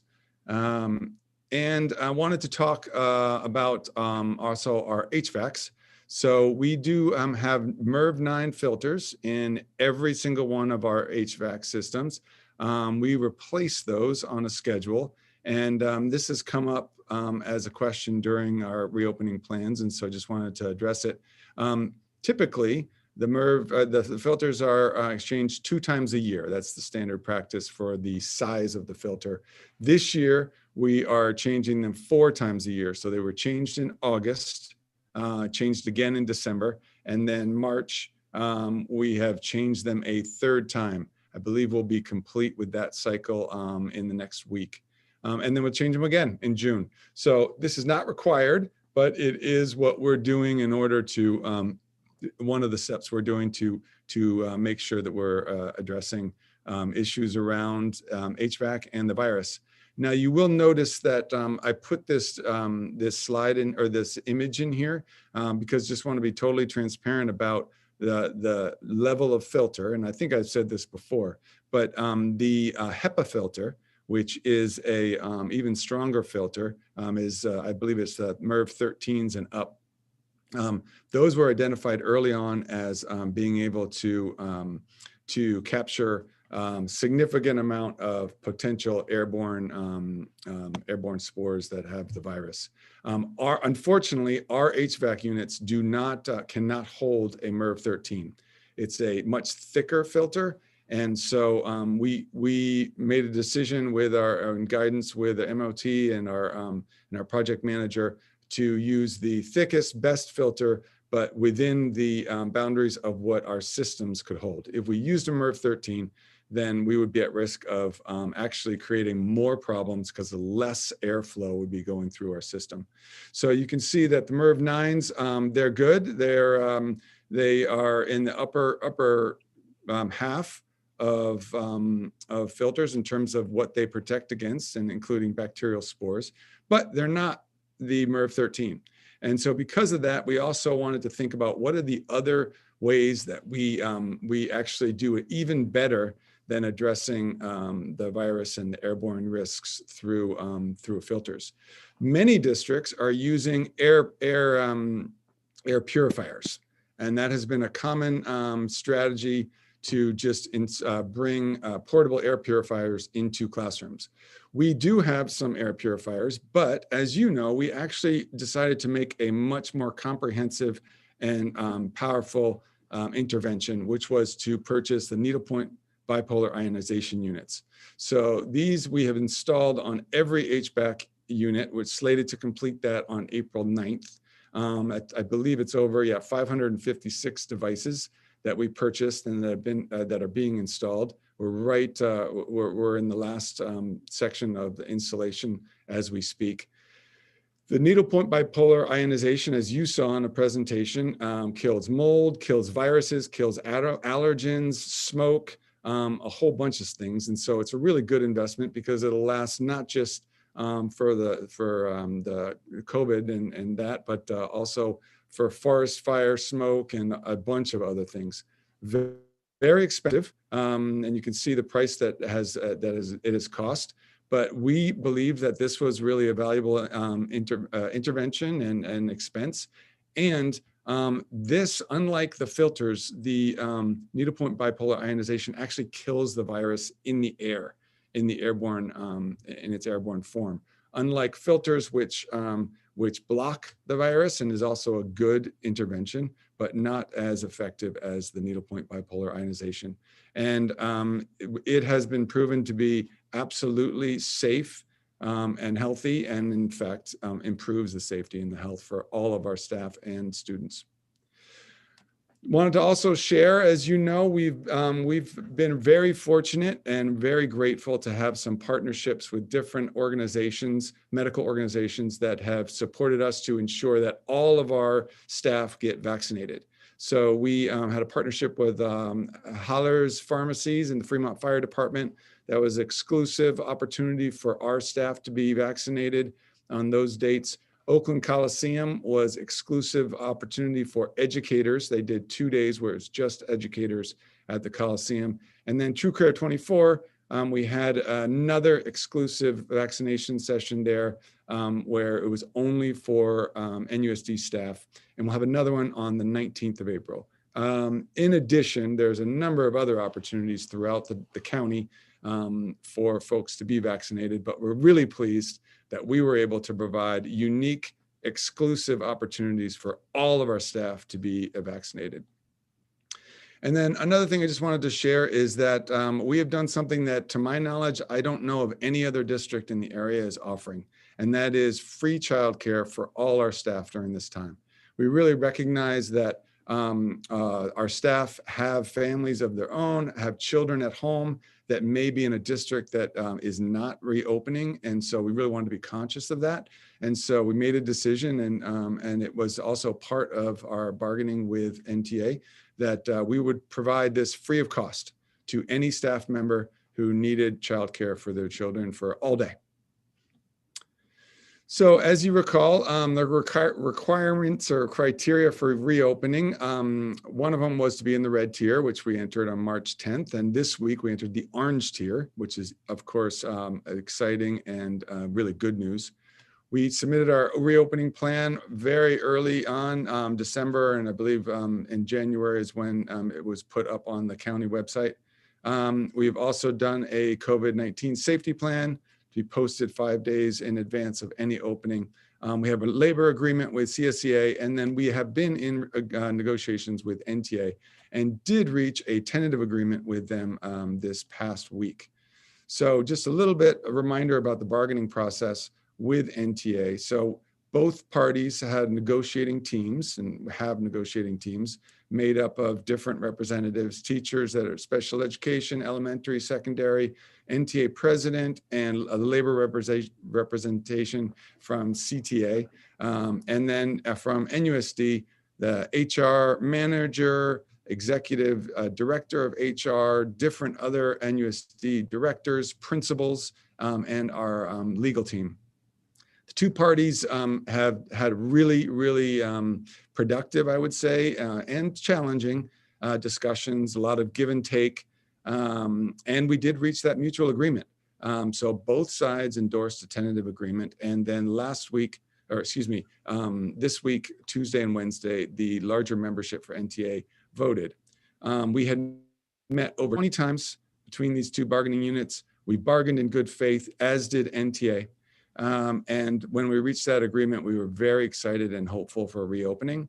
The vote the results from the vote, unfortunately, did not ratify this tentative agreement. And so out of 239 responses, which was 81% of the membership of NTA, 55.6% voted no, not to ratify the agreement, and 38.9% voted yes to ratify. And so, and as you can see, 19% did not vote at all, and approximately 5.5% voted but chose to abstain from one way or another. So just wanted to report out some of the concerns that came out of that. We were very clearly very disappointed. We had a town hall meeting last night, which we hoped would be information to community about the reopening and the dates and details. And instead, we had to share out with the community the results of this vote. Some of the concerns that NTA raised up, concerns around HVAC, functionality and filtering, time for preparing campuses and classrooms, overall cleaning and safety procedures, a lack of details regarding district provided childcare for members, the impact of all hybrid bell schedules on working conditions, provisions of adequate supplies and technology, and disruption to learning. And they also raised up yesterday a lack of compensation, which we were a little surprised at, given that that was not brought up in any of our negotiations in the last 8 months. So we are committed to continuing to negotiate, and we're also very committed to continuing to plan and for a return to reopening. Students are our #1 priority, and staff as well, making sure that they are safe and healthy and able to return to in-person. So one of the quotes from NTA was, "Make no mistake, NTA members want to be with their students." And I believe that to be very true. We agree, and that's exactly what we want. And so we are committed to this return. We are committed to bargaining. And so we did return to the bargaining table today at 11:45 a.m. We had a productive conversation. We are looking forward to a proposal from the NTA bargaining team, and then we are ready and eager to address any and all concerns from that team. And that is my presentation for this evening. Thank you, Superintendent, for the report. And any clarifying question from the board? If not, that we can move on to the next item. Okay, thank you for the report again. Next, old business governance calendar. This is discussion information purposes. Superintendent Triplett. Thank you, President Jun. So sorry, I'm having trouble with my getting back to my screen here. There we go. So the board has asked about a governance calendar, and we've had this discussion in the past. So we wanted to bring forth our new reversion, a revised template for the governance calendar. We have populated it with things that are both standard for all districts in California, and we really used the CSBA guidelines for that, as well as engaging with our different departments to identify other really important things that would need to be brought to the board on a regular basis or periodically. But you'll see those on there as well. And then lastly, as the board has brought forth requests, we have now begun to put those onto the calendar per the requests that come up. So I guess we can open it up for any comments or suggestions regarding this new template. Any board member? I've actually read the calendar. At least the item I requested was posted on the calendar, so I really don't have much complaints. Any other board members? Member Hill? Oh, thank you for putting this together. I think it's great. And then I'm sure we'll tweak it as we go forward, right? Nothing that we put in place, immediately is like perfect, right? We should never expect that, but I think it's a great start. So thank you. Yep. I just wanted to, again, say thanks. We've been talking about putting a shared document out there for a while now. So I think this is a great start. It's good to see, gives us a sense of the timing of, the things that need to happen every year. And we can start to then overlay some of the other potential asks that we may have as a board. So much appreciated. Okay. Thank you. I'm also in agreement with Member Martinez and Member Hill. I think the format is easy for us to follow, and as long as it's a living document, we can make adjustments. And I think that it's a really good tool for us to be able to keep on top of things. So thank you so much. Yeah, I want to second or third or fourth that all board members' comments is very useful and appreciated. Okay, thank you, Superintendent. Moving on to new business. Character Strong for the elementary school. Dr. Triplett. Thank you, President Jen. And Ms. Gutierrez, are we bringing in Mr. Dalowich and our guest from Character Strong? Terrific. As they're coming in, so if the board remembers, we brought to the board Character Strong as a recommended social-emotional learning curriculum for the secondary grades earlier this year. And at that point, we did talk about how we were continuing to evaluate and consider what would be the best curriculum in the elementary grades. We did considerable amount of engagement with multiple different committees and teams, and ultimately landed on Character Strong as the best choice for the elementary as well. So we're bringing that forth to you tonight, and I'll turn it over to our distinguished Director of Teaching and Learning, Mr. Dalowich, who can talk more about the process for selecting this and more about the curriculum itself. Great. Thank you, Dr. Triplett. I want to appreciate the opportunity to present this evening and thank the board for taking a few minutes to turn our attention to our social emotional learning curriculum at the elementary level. We recently presented and the board approved Character Strong as a secondary social emotional learning curriculum. Tonight, we'll have a little more time to unpack SEL at the elementary level. As a recap, social emotional learning curriculum provides a space for educators to teach social and emotional skills, allowing students to become more resilient and process difficult circumstances. It's been advocated for and strongly recommended by the California Department of Education, as well as our local partners in Alameda County. And it's been requested by Newark Unified teachers alike, both at the elementary and secondary level, and as well as by students. It also falls under one of our 3 district instructional priorities, social and emotional learning curriculum for our students, as well as supporting both students and staff with mental health wellness. The Elementary Curriculum and Assessment Council has met numerous times this academic year. Most recently, they've received presentations from 3 different social emotional learning curriculums. On March 8th, after the 3rd presentation, the council rated each of the 3 curriculums. The results were comprehensive and clear, and I look forward to sharing them with you here this evening. It should be noted that out of the 8 elementary schools, we had representatives from each of the 8, and we had a total of 11 respondents weigh in with their ranking of the 3 SEL curriculums. Of the 11 participants in the council, 10 rated Character Strong as their first choice. Character Strong also received 1 second place vote compared to the other 2, Second Step and Toolbox. So clearly, Character Strong rose to the top. Why was that? What were the significant reasons that Character Strong was selected by our elementary colleagues? First, it was because they provide relevant and easy to use videos, and the CEO, Mr. Norland, shared some information with you previously a few weeks ago.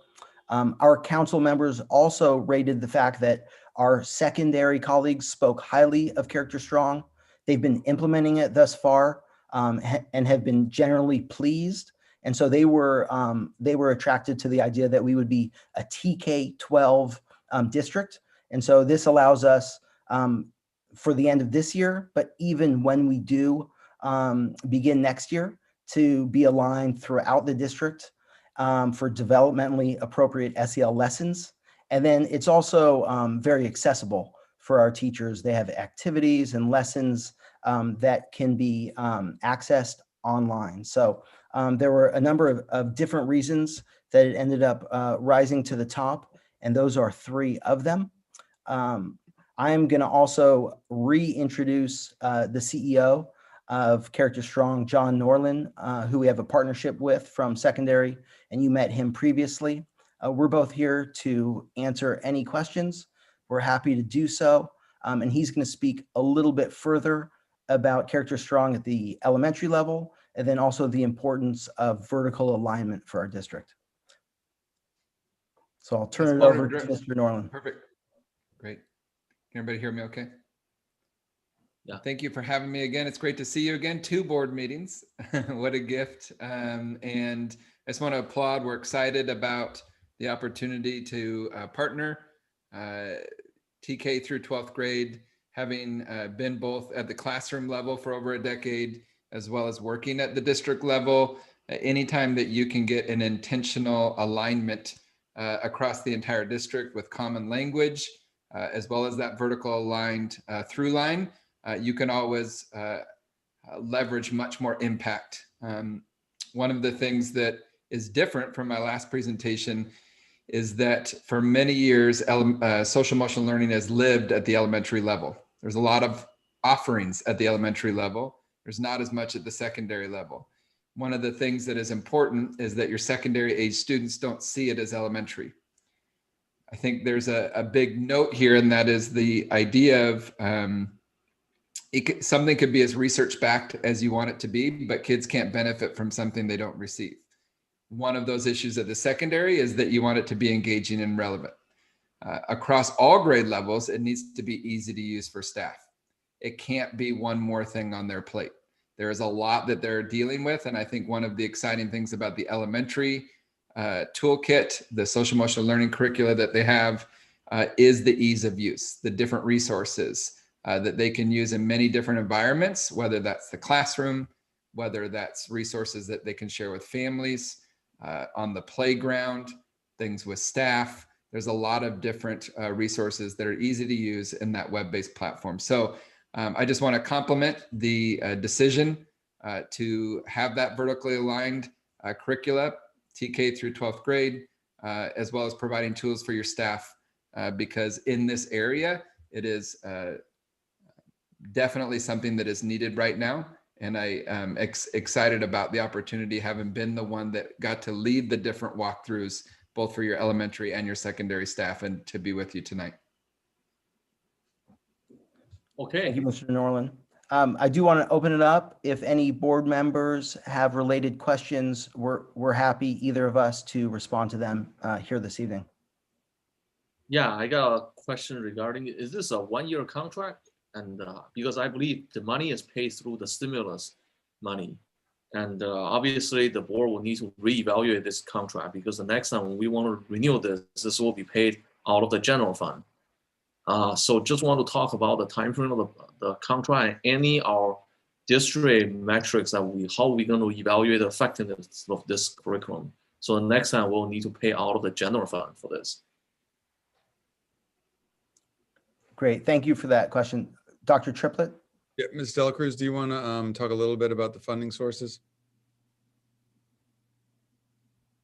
Yes, this particular contract is being paid out of our Learning Loss Mitigation Fund, which comes out of the CARES Act. Fortunately, we will still be receiving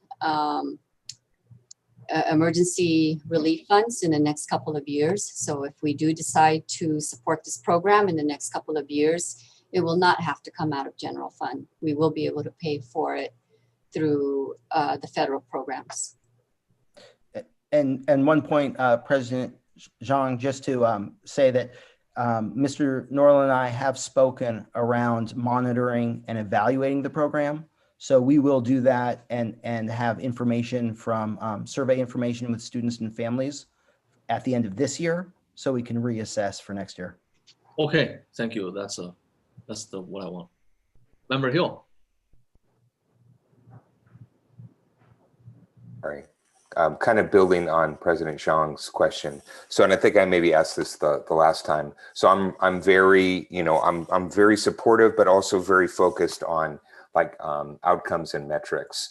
And I think we talked a little bit about it at the secondary, but would be interested in what's unique about elementary, what you're kind of expecting in terms of outcomes and how we measure those, and what's sort of the difference between elementary outcomes and secondary outcomes.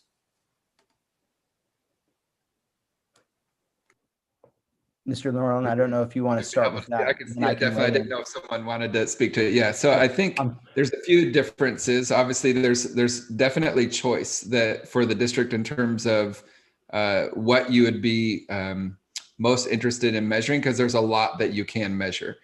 And so within that choice of what it is that you're zeroing in on around the different social emotional learning competencies, there's both the individual skill sets as well as the connection to the greater school culture and climate work, right? Do I feel like I have an adult that cares about me is a well-known question that you might measure. Do I enjoy coming to school? That's some of the outcomes that also could be measured alongside individual skill development. So based on what that is, we can definitely support and what's the best way to measure it. We have a partnership with Dr. Clayton Cook at the University of Minnesota on ways that you can do that are both cost effective as well as robust as you want to make it.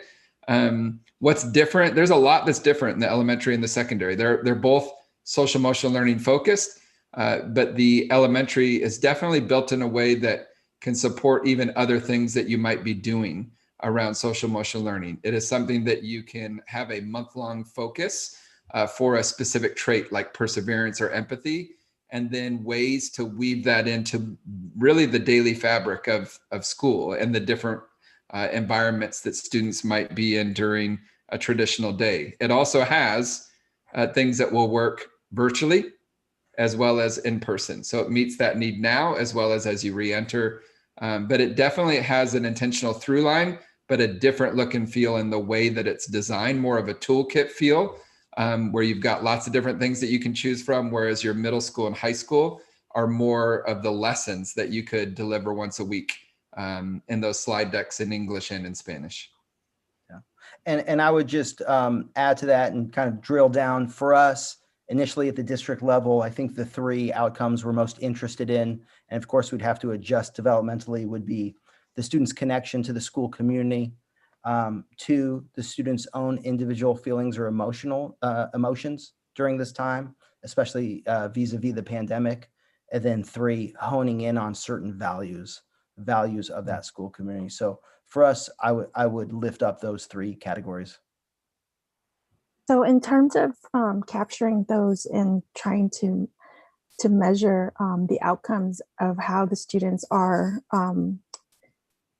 benefiting from the program, are there built-in assessments in terms of the online tools that you guys, or lessons that you have, and versus the in-person exercises? Yeah, there are built in with the elementary toolkit some pre and post assessments for the different grade levels and traits that could be taken and turned into a virtual survey as well. They are included in the toolkit. And those could even be on top of doing more of a school-wide measuring of the impact. So there are built-in pre and post assessments for the different grade levels and traits.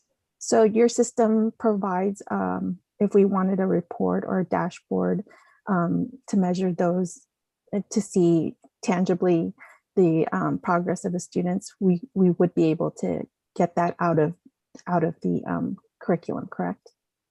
It's a great question. It's not a dashboard that we would be providing, but we could give the guidance where you could do it through your own dashboard or your own mechanism of doing that. But it's not something that they would fill out into our system and our system kicks back a report for you, but more of a mode of we could support how you could do that within whatever system that you have. So that's a good, important clarification. Yeah. So ultimately we would have to build it at the district level and then push it out and then have students and families rate it. We could use Mr. Norland's information, but I think we would have to develop that within Ed Services.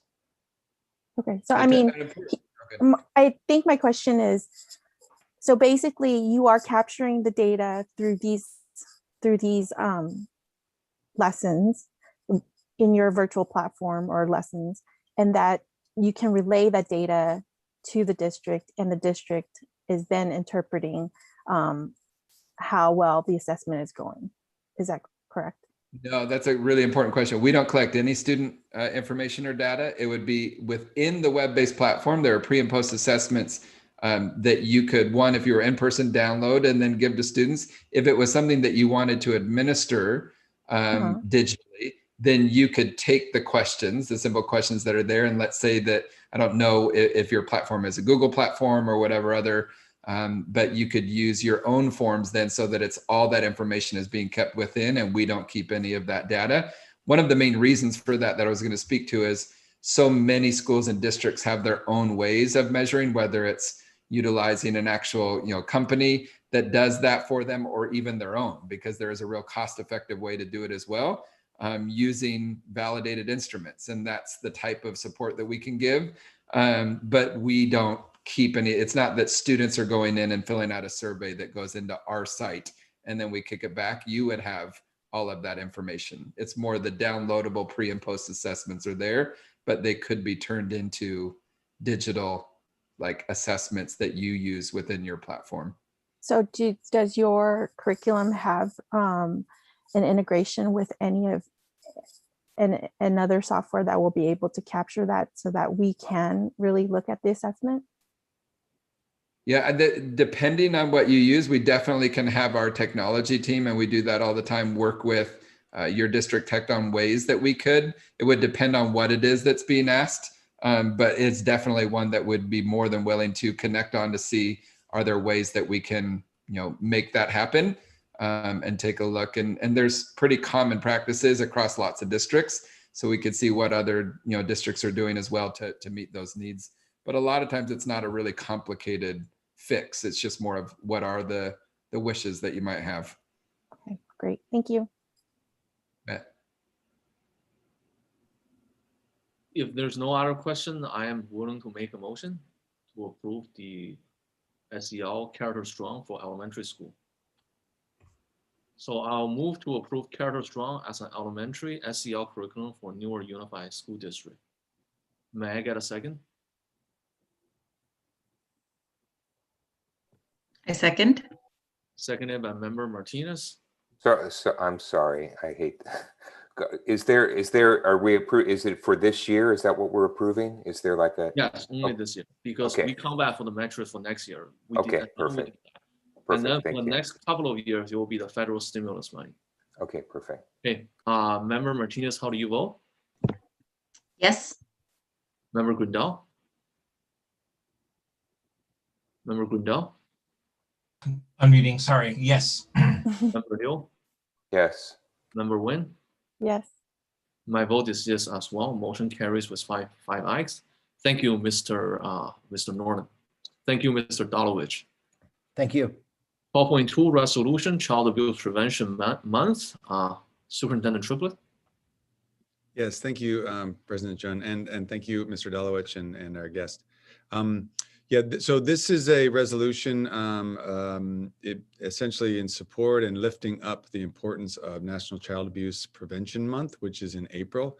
It's something that districts and cities have really tried to lift up as a way of becoming more and more aware of the very serious problem around child abuse, and making sure that we're all really being conscious of it. So the resolution is essentially in support and in awareness of this month being, this upcoming month being that. Okay, thank you. If no questions or discussions, I'm ready to make a motion to approve the resolution. I move that we adopt resolution number 2020.21-024, recognizing April as Child Abuse Prevention Month, seconded by Member Gundel.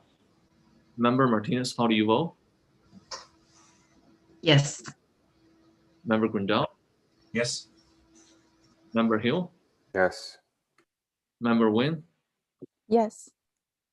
My vote is yes as well. Motion carries with 5 ayes, and this is a resolution that we generally read out. So I will start, and after I finish, I think a fractional, I will ask the next board member to continue. On motion of Member John, seconded by Member Grindel, the following resolution is adopted. Whereas child safety is of the utmost importance, and whereas child abuse and neglect is an important societal concern that may affect the long-term health and well-being of not only the children, but also the adults they become. Whereas safe, stable, and nurturing relationships and communities can break the cycle of abuse and maltreatment. And Member Nguyen, can you continue? Yes, whereas child abuse prevention requires a coordinated and comprehensive response by all systems supporting children, youth, and families. For example, schools, law enforcement, health systems, faith-based organizations, and community programs. And do you want me to continue? Can Member Hill continue? I'm sorry, I didn't realize I was reading. So where are we? You will be starting the fifth, whereas. Whereas everyone? Yes. Mm-hmm. Whereas everyone has a stake in ensuring that children have access to resources and supports they need to be safe, healthy, and successful. And keep going. And Member Gundel. Whereas suspected child abuse or neglect must immediately be reported to appropriate law enforcement authorities. And Member Martinez. Therefore, we have identified child safety and family services to be a priority and hereby declare April as Child Abuse Prevention Month. Passed and adopted by the Board of Trustees of Newark Unified School District this first day of April 2021 by the following votes. Ayes are 5, noes are 0, absent 0, abstain 0. And I guess our member clerk will offer the signature, the wet signature, after this meeting. Thank you, everyone. 12.3. Resolution 2020.21-025 to delegate authority to procure necessary materials, equipment, and services to provide these distance and in-person learning for staff, teachers, and students to mitigate the effect of COVID-19. Superintendent Triplett. Thank you, President John. I'm going to turn this over to Chief Business Officer, Ms. Dela Cruz, to explain a little bit about the history and the rationale behind this one. Thank you, Dr. Triplett. So this resolution is aligned with the proclamation that Governor Newsom had presented last March 2020. So it gives the district the flexibility and allows us to purchase any necessary materials or services that are needed in order to keep our students and our staff safe due to the COVID-19 pandemic. So it's really in support and aligns with the governor's emergency proclamation regarding the COVID-19. Okay, we do have a public speaker for this. Ms. Gutierrez, can you bring the public speaker? Mr. Pujab Singh. Hi, can you hear me? Yes. I'm Pooja Singh, and I'll be speaking on behalf of the OCC 21 class. On Tuesday, our class learned that there was a possibility that we would have to return to in-person learning. With in-person learning, we would have to be situated in the cafeteria and would lose 50 minutes of instructional time from our usual time. Our class discussed this and decided we would not like to return to in-person learning. There's literally only 8 weeks of school left too. Having to make a huge adjustment when we only have 8 weeks left is unnecessary. We do not feel safe returning, as most of us have not gotten our vaccines yet. We are also currently learning about taxes and the Buddha and find it imperative that our instructional time on these subjects is not cut. Also, I would like to make a comment on Character Strong. We have been participating in the character. I do want to remind you, this is a comment on the procurement, delegate authority to the student procurement. Do you have any, I guess, necessary material equipment services related to the safety of COVID-19 to comment on? Can we stop the clock? Because this is not really the comment on the agenda that we just discussed about the Character Strong and the school reopening. Oh, I thought we could, I could talk about this because it was like part of the agenda, but yeah, I shouldn't have mentioned this then. But thank you to the board and our teachers for the time and effort you put into making sure that we have safe and accessible learning. You're all very swag for everything that you do, even though not enough of us have recognized that. Yeah, you can stop the clock now. Okay, thank you. Sorry, I guess I thank you for your participation, but we do need to follow the ethical regarding we're not allowed to allow speaker to comment on agenda that we're not really designated to comment on. So that's really out of our control. President Zhang, can we Yeah. just let the student know that she can make the public comment in the public comment section at the next board meeting if she'd like? Yeah. So if you would like to make a comment, particularly on something that's not on the agenda item, we do have a section called public comment on non-agenda item, and you're welcome to make a non-agenda item comment for our next meeting. And if you are interested in making a comment on an item that we will be discussed on the agenda, you can also request to comment on that. Okay, thank you for your participation. So with that, I will open up the discussion to the board. Member Hill. So as I think many of you know, so I am a certificated social studies teacher, and the subjects that fall under that are a number of them, primarily history, but also government and economics. And I would like to strongly encourage the board not to adopt this resolution. So we have a constitution that we've sworn an oath to, and our system is set up to basically, where the legislative body has the power of the purse, and that there are checks and balances in our system. And when we have times of emergency, it's very, very easy to try to overlook those, but we overlook those at our peril. And for those of you that remember your American history a long time ago, Civil War, Abraham Lincoln tried to suspend writ of habeas corpus, big deal. We now have our own version of that, which was Governor Newsom's stay-at-home order. And I actually did my Cal TPA on this, and I can tell you that there were a number of constitutional overreaches, which the Supreme Court has since actually said were constitutional overreaches. And this falls under that. So we should not be abdicating our oversight and our fiduciary responsibility. And we are no longer in the same emergency that we were a year ago. So my viewpoint is that if our district needs help in supporting any type of measure for safety, et cetera, they can come to us at any time and we can discuss and review and if appropriate, approve. But I don't believe that we should be delegating, unsupervised authority, and also with no sunset provision and no budgetary envelope, because in that resolution, there are no constraints around the timeline. There's no constraints around the spending. It is an open checkbook. I think it's very unconstitutional, and I would recommend that we don't adopt it. My question for the superintendent is, does this resolution exempt or provide room to circumvent the board when it comes to big purchase going forward? Ms. Dela Cruz, can you comment and just clarify how this process would work? Yeah, it doesn't preclude staff from going back to the board for approval. What it does give us the authority to declare an emergency if, for example, we are reopening next week and we had to buy $100,000 worth of equipment. Because of the bid limit, obviously, we would have to go out to bid and go through that whole process, which could delay it for maybe a month, 2 months. So what this does is allows staff, the designee, to declare it an emergency situation.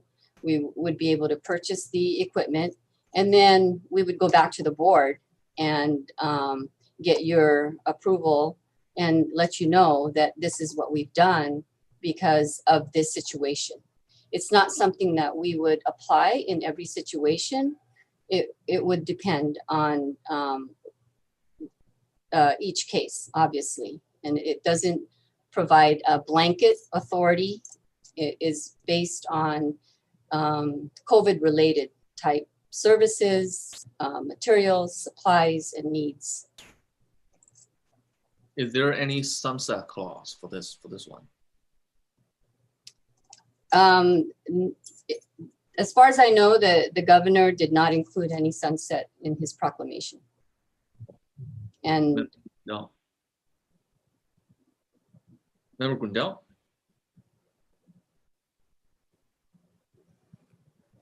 Yeah, you are on mute. The pandemic is not behind us. We are seeing light at the end of the tunnel, but we still have serious problems. We are in a health emergency. And I think this approach of providing the district the flexibility to respond so they can protect our students and our teachers is appropriate. I am heartened to hear that the board would receive report and transparency about the actions that were taken, but I believe that the streamlining of our process in order to protect our students and staff is appropriate. Other board members? Member Martinez? I agree with Member Grindal. We are not out of the health crisis. I mean, thank goodness we have shown improvement, but we need to be agile. In fact, as we think about and we hear the concerns that are preventing us from moving forward in some cases, we need to make sure that district staff is agile and we are not constraining that. In addition to the concerns about overreach, we haven't seen that, and we have good processes. We've gone through audits that show that we've got good accountability processes set up from a financial monitoring perspective. So I don't think that going through and potentially overreaching our function at this point is warranted. Member Nguyen? I'm also in agreement with fellow board members Grindal and Martinez. I think that we should allow the district to have the flexibility in order to make those kinds of decisions, especially since we are still currently in a pandemic. So I am in agreement with them. So my biggest concern for this is actually the sunset clause. So Superintendent, is there a way that you think that we can apply a sunset date? And if the pandemic continues, the board can reauthorize another period? Because I understand the emergency, but my concern about this history is not necessarily what Member Hill talked about the Civil War. My memory is about the war on terror. We don't know when that war will end. Mm-hmm. Yeah, I don't believe that it currently has a sunset, but it's certainly something that we could apply if the board so wishes.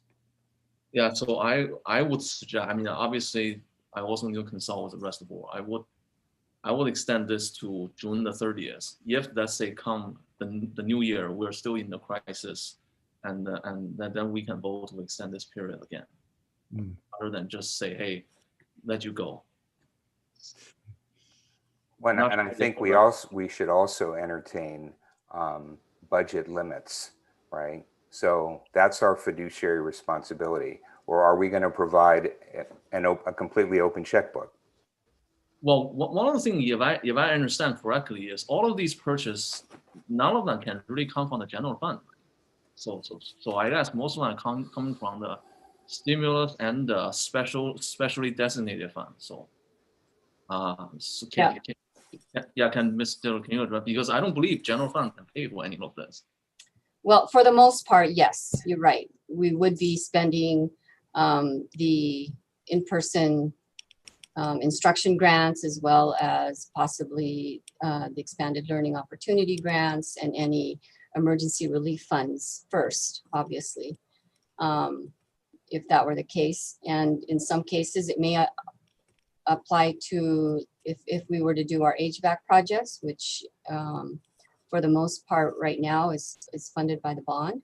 So it could come from different sources, but for the most part, yes, mostly the federal CARES type stimulus funds. Okay. So would Sorry, Member President Zhang, if I may, I could definitely support putting an initial time frame on it.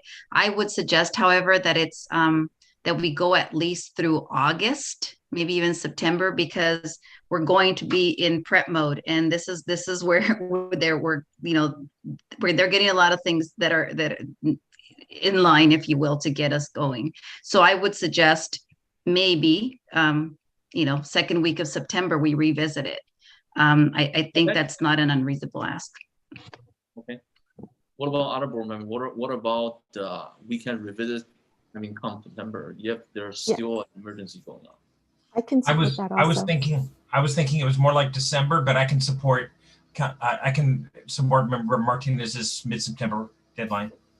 Yeah. So to address Member Hill's concern, the reason that I am less concerned about this spending is, like I said, most of this I know will not be coming from the general fund. So that gave me more assurance on this will not be an open checkbook where we come back and realize, hey, how did we even run a deficit when we're projecting a surplus because something from the general fund ran out. So one thing I'd like to remind everybody, and this is from our own current crisis, it's not from the Civil War. How many respirators do we have sitting around in warehouses right now because we all freaked out and said, respirators, we need more respirators. So, I think that it's very dangerous to be given an open checkbook and to all of a sudden start spending a bunch of stuff and with no type of checks and balances. Yeah, I think it's important though that we don't go to extremes. We could be alarmists and imagine the worst condition. Again, I think we have the right controls. We are meeting every couple of weeks. It's on us to manage the process. We have visibility. We will have visibility. But we don't know. But the issue is that we're delegating the authority, right? Well, so we are not. Take it back. Right? Obviously, the board can definitely both bring this back as a agenda item and take it back if we see abuse. So that's the thing. It's not that after we vote to delegate, there's no way we can take it. Not after the contract's signed. So with that, so since talking about second week of September or mid-September, so I guess I can add that to the resolution. Yeah, I'm happy to amend to make a motion with the amendment of the sunset day will be the mid-September of 2021. Do you want to provide an exact date, President Zhang? Let me look at the. September 16th is a board meeting. Okay, that we'll revisit.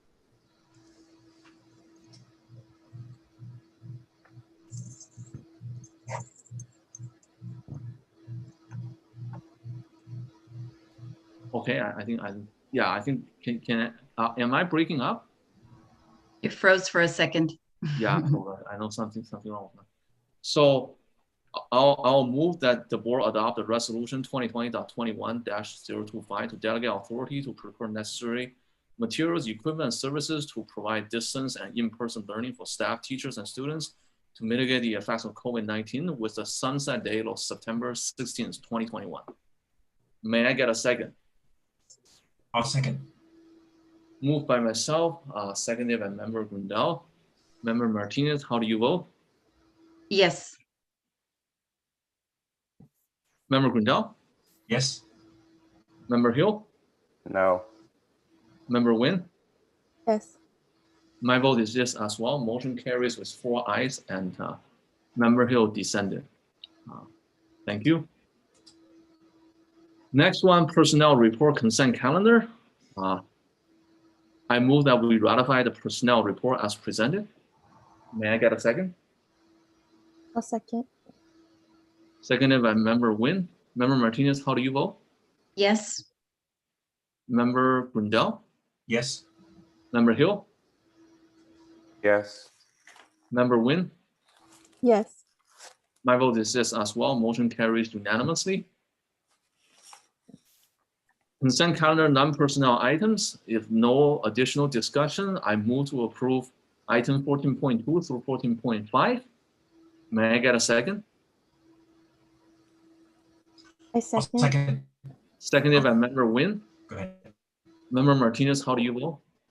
Yes. Member Grindal?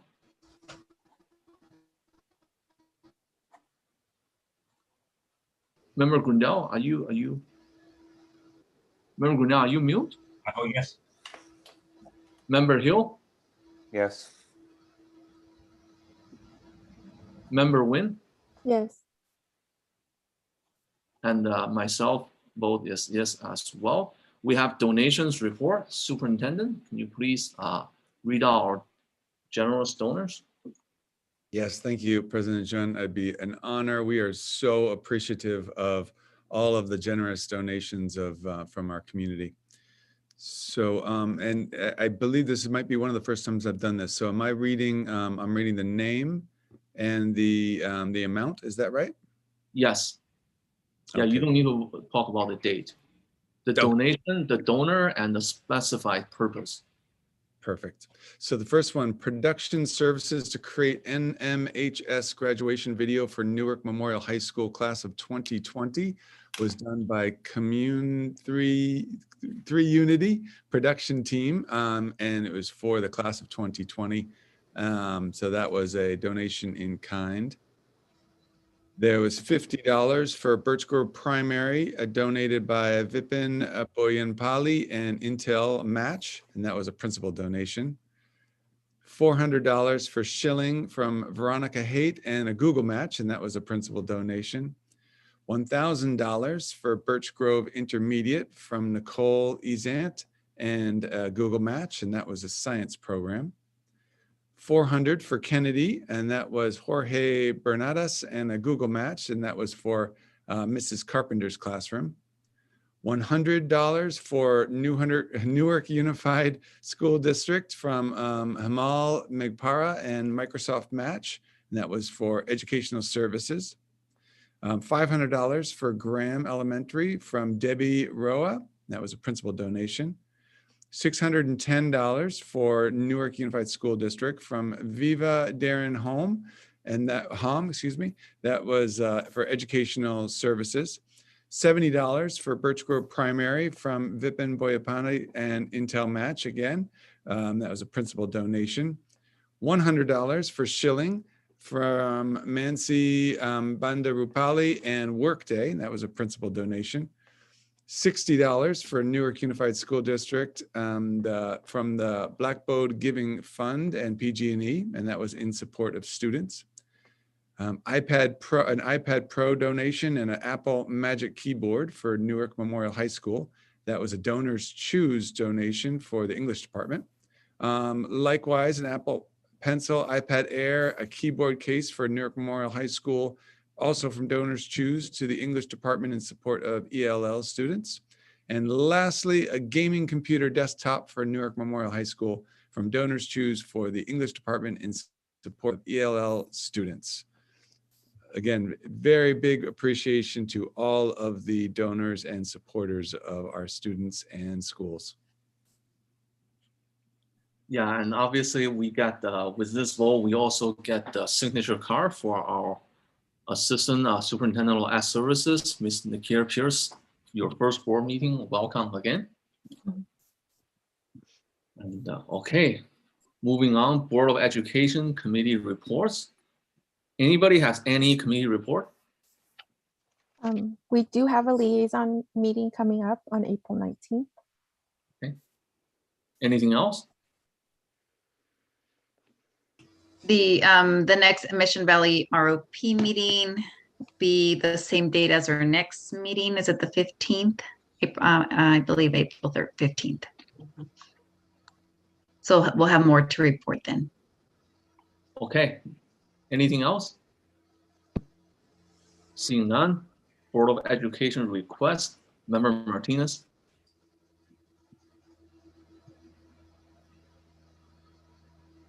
Hi, yes. Am I off mute now? Yeah. Okay. You know, I was thinking about the resolution we passed about child abuse prevention. And I know when we first went into lockdown and we had to close our schools, I literally, just felt the pressure in my chest about right or wrong, right? That schools are the safe place for many of our kids. I know that there's some conversation around, well, why is it on us? It is, that is just a fact. And, I still feel it. I feel it in my hands. I feel it in my chest that we are, all of us in this collective discussion are impacting the life of many of these kids who really depend on us for a safe zone. And so that there are things that we need to work through, right? But as I look at other districts, not everyone is opening up, but many districts are opening up with very similar plans, right? So why are we different? What do we need to do to go find those solutions? Because at the end of the day, I think that's the picture that I want us all to have, is who we are here to serve. We talk about our fiduciary responsibility, absolutely. And none of us forget that. But the most important thing that we need to remember is that our kids are watching. And sometimes we also hear, well, we're trying to protect our kids. Families, parents are making that decision, whether they want them to come back to school, right?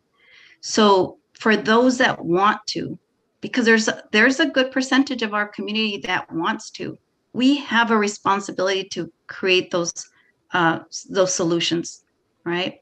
Of course, protecting not just their health, our staff's health. So that's kind of just the framework that's just in my head. And yeah, I too have read some of that negativity out there, right? And at the end of the day, there's this sense that we are all coming from a place of just bad intentions, right? And not trusting each other. Why? Newark has a long history of that. But if we're going to, let's be fair. Let's be fair to each other. And I get criticized because I'm a big supporter of superintendent and team. I'm okay. I'll take that, right? Because folks can vote for me or not vote for me. That is everyone's prerogative. But I do have very clear what we have to do. And we have to find a positive path forward. To just blame is not helpful, right? So how do we find those solutions and not coming from a place of that Superintendent Triplett is not trying to be transparent, or so-and-so teachers trying not to be transparent? That's not helpful. So at the end of the day, there are kids who need us to get our act together. And I encourage all of us to just please remember that. Sorry, that was my soapbox, and I'm done. Thank you. Thank you for the opportunity to speak, Member Jean. Member Grindell? I want to second those comments. In my opinion, in-person instruction is better, not only for the intellectual development of our children, but their emotional development too. I applaud the superintendent for coming up with the plan where safety is addressed, and parents that don't feel comfortable sending their kids don't need to. So there is an option, and I appreciate that. So I just wanted to draw that forward. I have one other element I wanted to talk about, is that I do hope that we will start working towards bringing the board into in person, so that we can hear from the citizens directly. I know there's technical challenges, because I also think it would be helpful if we still maintained a option for people to call in. And I know that's not exactly just snapping your fingers and making it happen, but I hope we can.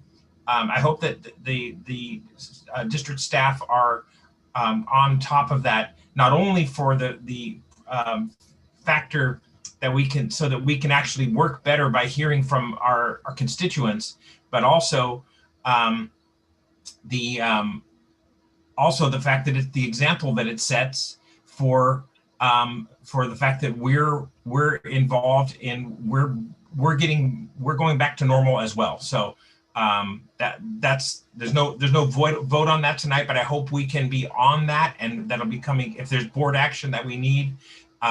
we have that coming forward. Thank you. Thank you, Mr. Member Gundel. Member Hill. Yeah, so yeah, I agree with both of my fellow board members that yeah, I mean, from an in-person learning standpoint, we need to start a process to figure out how to make that happen. And then I would also echo Member Grindel's viewpoint that we need to lead by example as well. And so I'm hoping that maybe we can ask President Zhang and the Superintendent to explore, how we can get back to some level of in-person board meetings, and figure out a timetable. And obviously we can do whatever we need to do to support that. And then following in Member Grindel's tradition or aspect of here's one and I'll raise you one. So I on a slightly different topic, I think, well, I don't remember what it's called in our bylaws, but we have a bylaw that allows us board members to come forward with kind of an idea that they want to talk about. Do you remember, President Zhang, what that's called? I forget what it's called. Well, you can just raise the issue and either no, but it says that we can there's we could ask for a special little time, whether it's during a study session, to go talk about a particular topic. I forget what that's called. Even among ourselves or? Yeah, it's in our, I'll come back and find it. But what I would like to introduce and get on the board calendar is I believe, the board is the ultimate authority for the school district. And I believe that, that we, that there can be, that we should have access to all information as we make decisions. And I've had prior experience working with other companies where I've helped them implement what's called a legal data room, where all legal related matters are actually stored in an online service that, appropriate people have access to. And I think it would be an important step towards, transparency to make sure that we have that kind of ability for the board to see everything that's going on. And I'd like to share kind of what I've learned working at other companies, how that could be implemented and how we might consider doing the same thing here in our district. Okay. And that's it for me. Okay, Member Nguyen. I just wanted to, I don't have any real request other than I would like to see us coming back into a live board meeting environment. I think that, yes, it is definitely a good way for us to be leading by example. If we want our teachers to be back in the classrooms teaching in person, we too have to walk the same path and be in person and and listen to our community and have them interact with us and engage with us in a safe way, obviously. But I do echo the sentiments that Member Martinez is saying. I understand the situation. Yeah, we only have a few weeks of school left, and what is the real true purpose of doing that? Why would we want to hash up or start over and bring in-person learning for students and family? And the mere fact of it is that we have a good population, a percentage of our population in our community that want to have their kids back into in-person learning. And we have to give that option to those parents and to those families and to those students.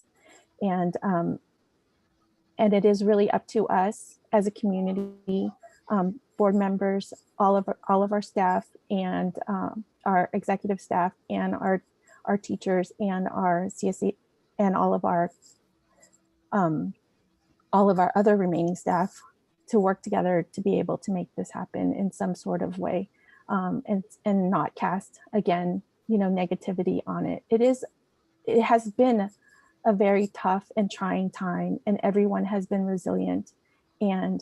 But ultimately, what we need to do is really think of all of the students, and not just, and not just basically ourselves or what's motivating us for not wanting to do certain things or wanting to do certain things. So I just want everyone to keep that in mind, that we do at the end of the road have the same purpose and the same goals, and just we need to come together to be able to figure that out. So I hope that we do. Thank you. Thank you, Member Wynn. I think during the day, if you visit the corner of Haiti and Betancourt, those low-income apartments, if you travel through Baines Avenue, those right next to the train track, you're gonna realize the kids from the most lower underserved communities, their learning hours is 0. It's not 3 hours or 5 hours. Because mommy and daddy need to go out to make a living. They are mostly watched by bigger siblings or the grandparents who cannot read, who cannot write. So we talk about the mission of our school district, whatever is serving our most underserved students, helping our most underprivileged kids. For me, the top priority for any school district or education system, it's not like reducing inequality. It's about social mobility. It's upward mobility. When you see kids wandering around the train track because parents are all making a living, I don't see any social mobility there. I see very little hope of these kids moving up the social ladder. I'm not expecting them to be multimillionaires or billionaires, but at least they should be doing better than their parents. And I believe for these kids, the prolonged lockdown with distance learning probably disproportionately hit them the most. So I want to echo the sentiment from Member Martinez and other board members. And hopefully we can reach a definitive agreement as soon as possible. Okay, next one, Board of Education, celebration and announcement. Member Martinez.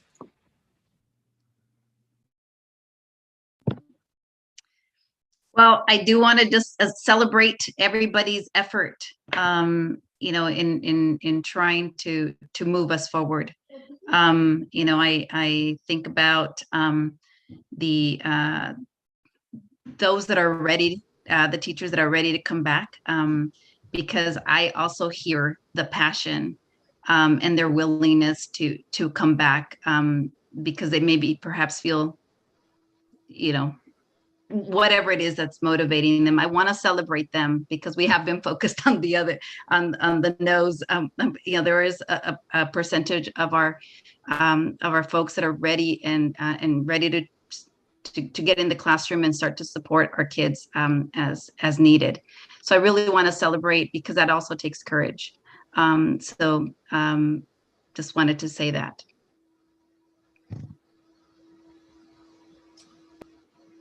Member Gundel. Just want to thank everybody for all the work they're doing, all the hard work that's being done from district cabinet to the superintendent to the teachers, and of course the kids who are working really hard to overcome these challenges and they're gonna come out with they're gonna come out of this with a new experience and some new tools too. So just applaud everyone.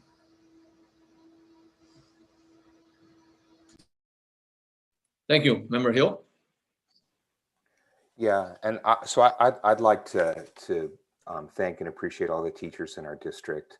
And for those of you that don't know, I am a fellow teacher. I'm a first-year new teacher at Cupertino High School, and so I'm going through the same thing that you are. And we're actually coming back as a district on April 19th, and we have a lot of the same fears that I think many of you do. And there's a lot of things, you know, I'm involved in a lot of discussions where not all the I's are dotted and the T's are crossed. And so understand, you know, some of the, the concerns, but I think we just really need to all figure out as a society how we can somehow get back to normalcy and start taking steps to do that. And I think that we as a board and staff are willing to work, to make that happen so that everybody wins. So, but I just want to recognize the teachers and everybody that is trying to make this happen, because it's a heavy lift. Thank you, Member Hill. Member Nguyen. I just really wanted to appreciate Member Hill for his last comment, and it's, you know, because you are a teacher, it is very relatable in terms of what our current teachers in the district are going through. So thank you for that. And then also just again, along the lines with all my other board members, I personally want to appreciate all the teachers. I know that everybody's working really hard, whether or not, you know, we agree or disagree in terms of if we want to come back into in-person or stay in distance learning. I sympathize on both ends, and I see pros and cons on both of them.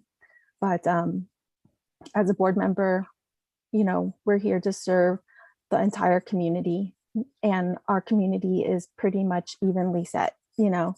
So we want to be able to have, again, the opportunity and options for our students and all of our families. But lastly, just thank you so very much for all your hard work, and have a wonderful Easter and spring break.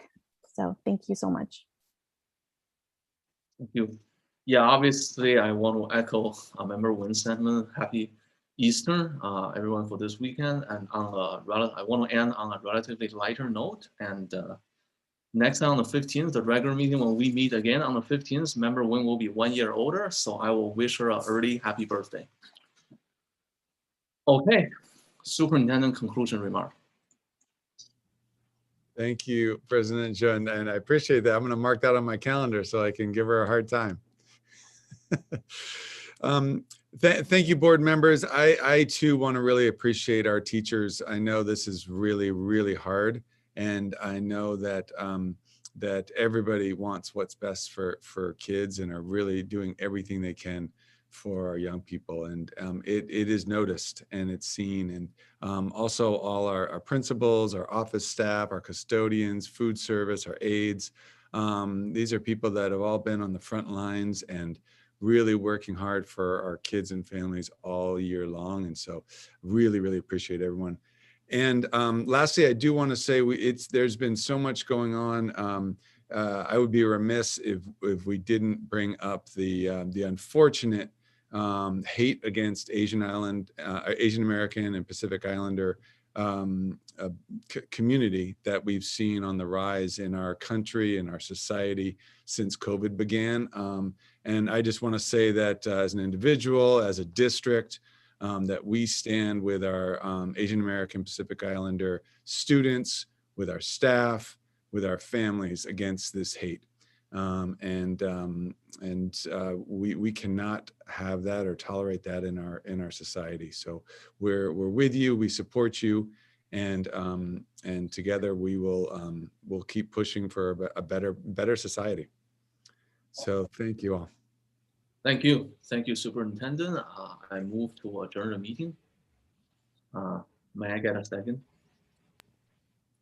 I'll second. Seconded by Member Martinez. Member Martinez, how do you vote? Yes. Member Gundel? Yes. Member Hill? Yes. Member Nguyen? Yes. My vote is yes as well. Meeting adjourned at 9:24 p.m. Everybody have a great Eastern weekend. Thank you. Bye-bye. Night, everyone. Good night, everyone.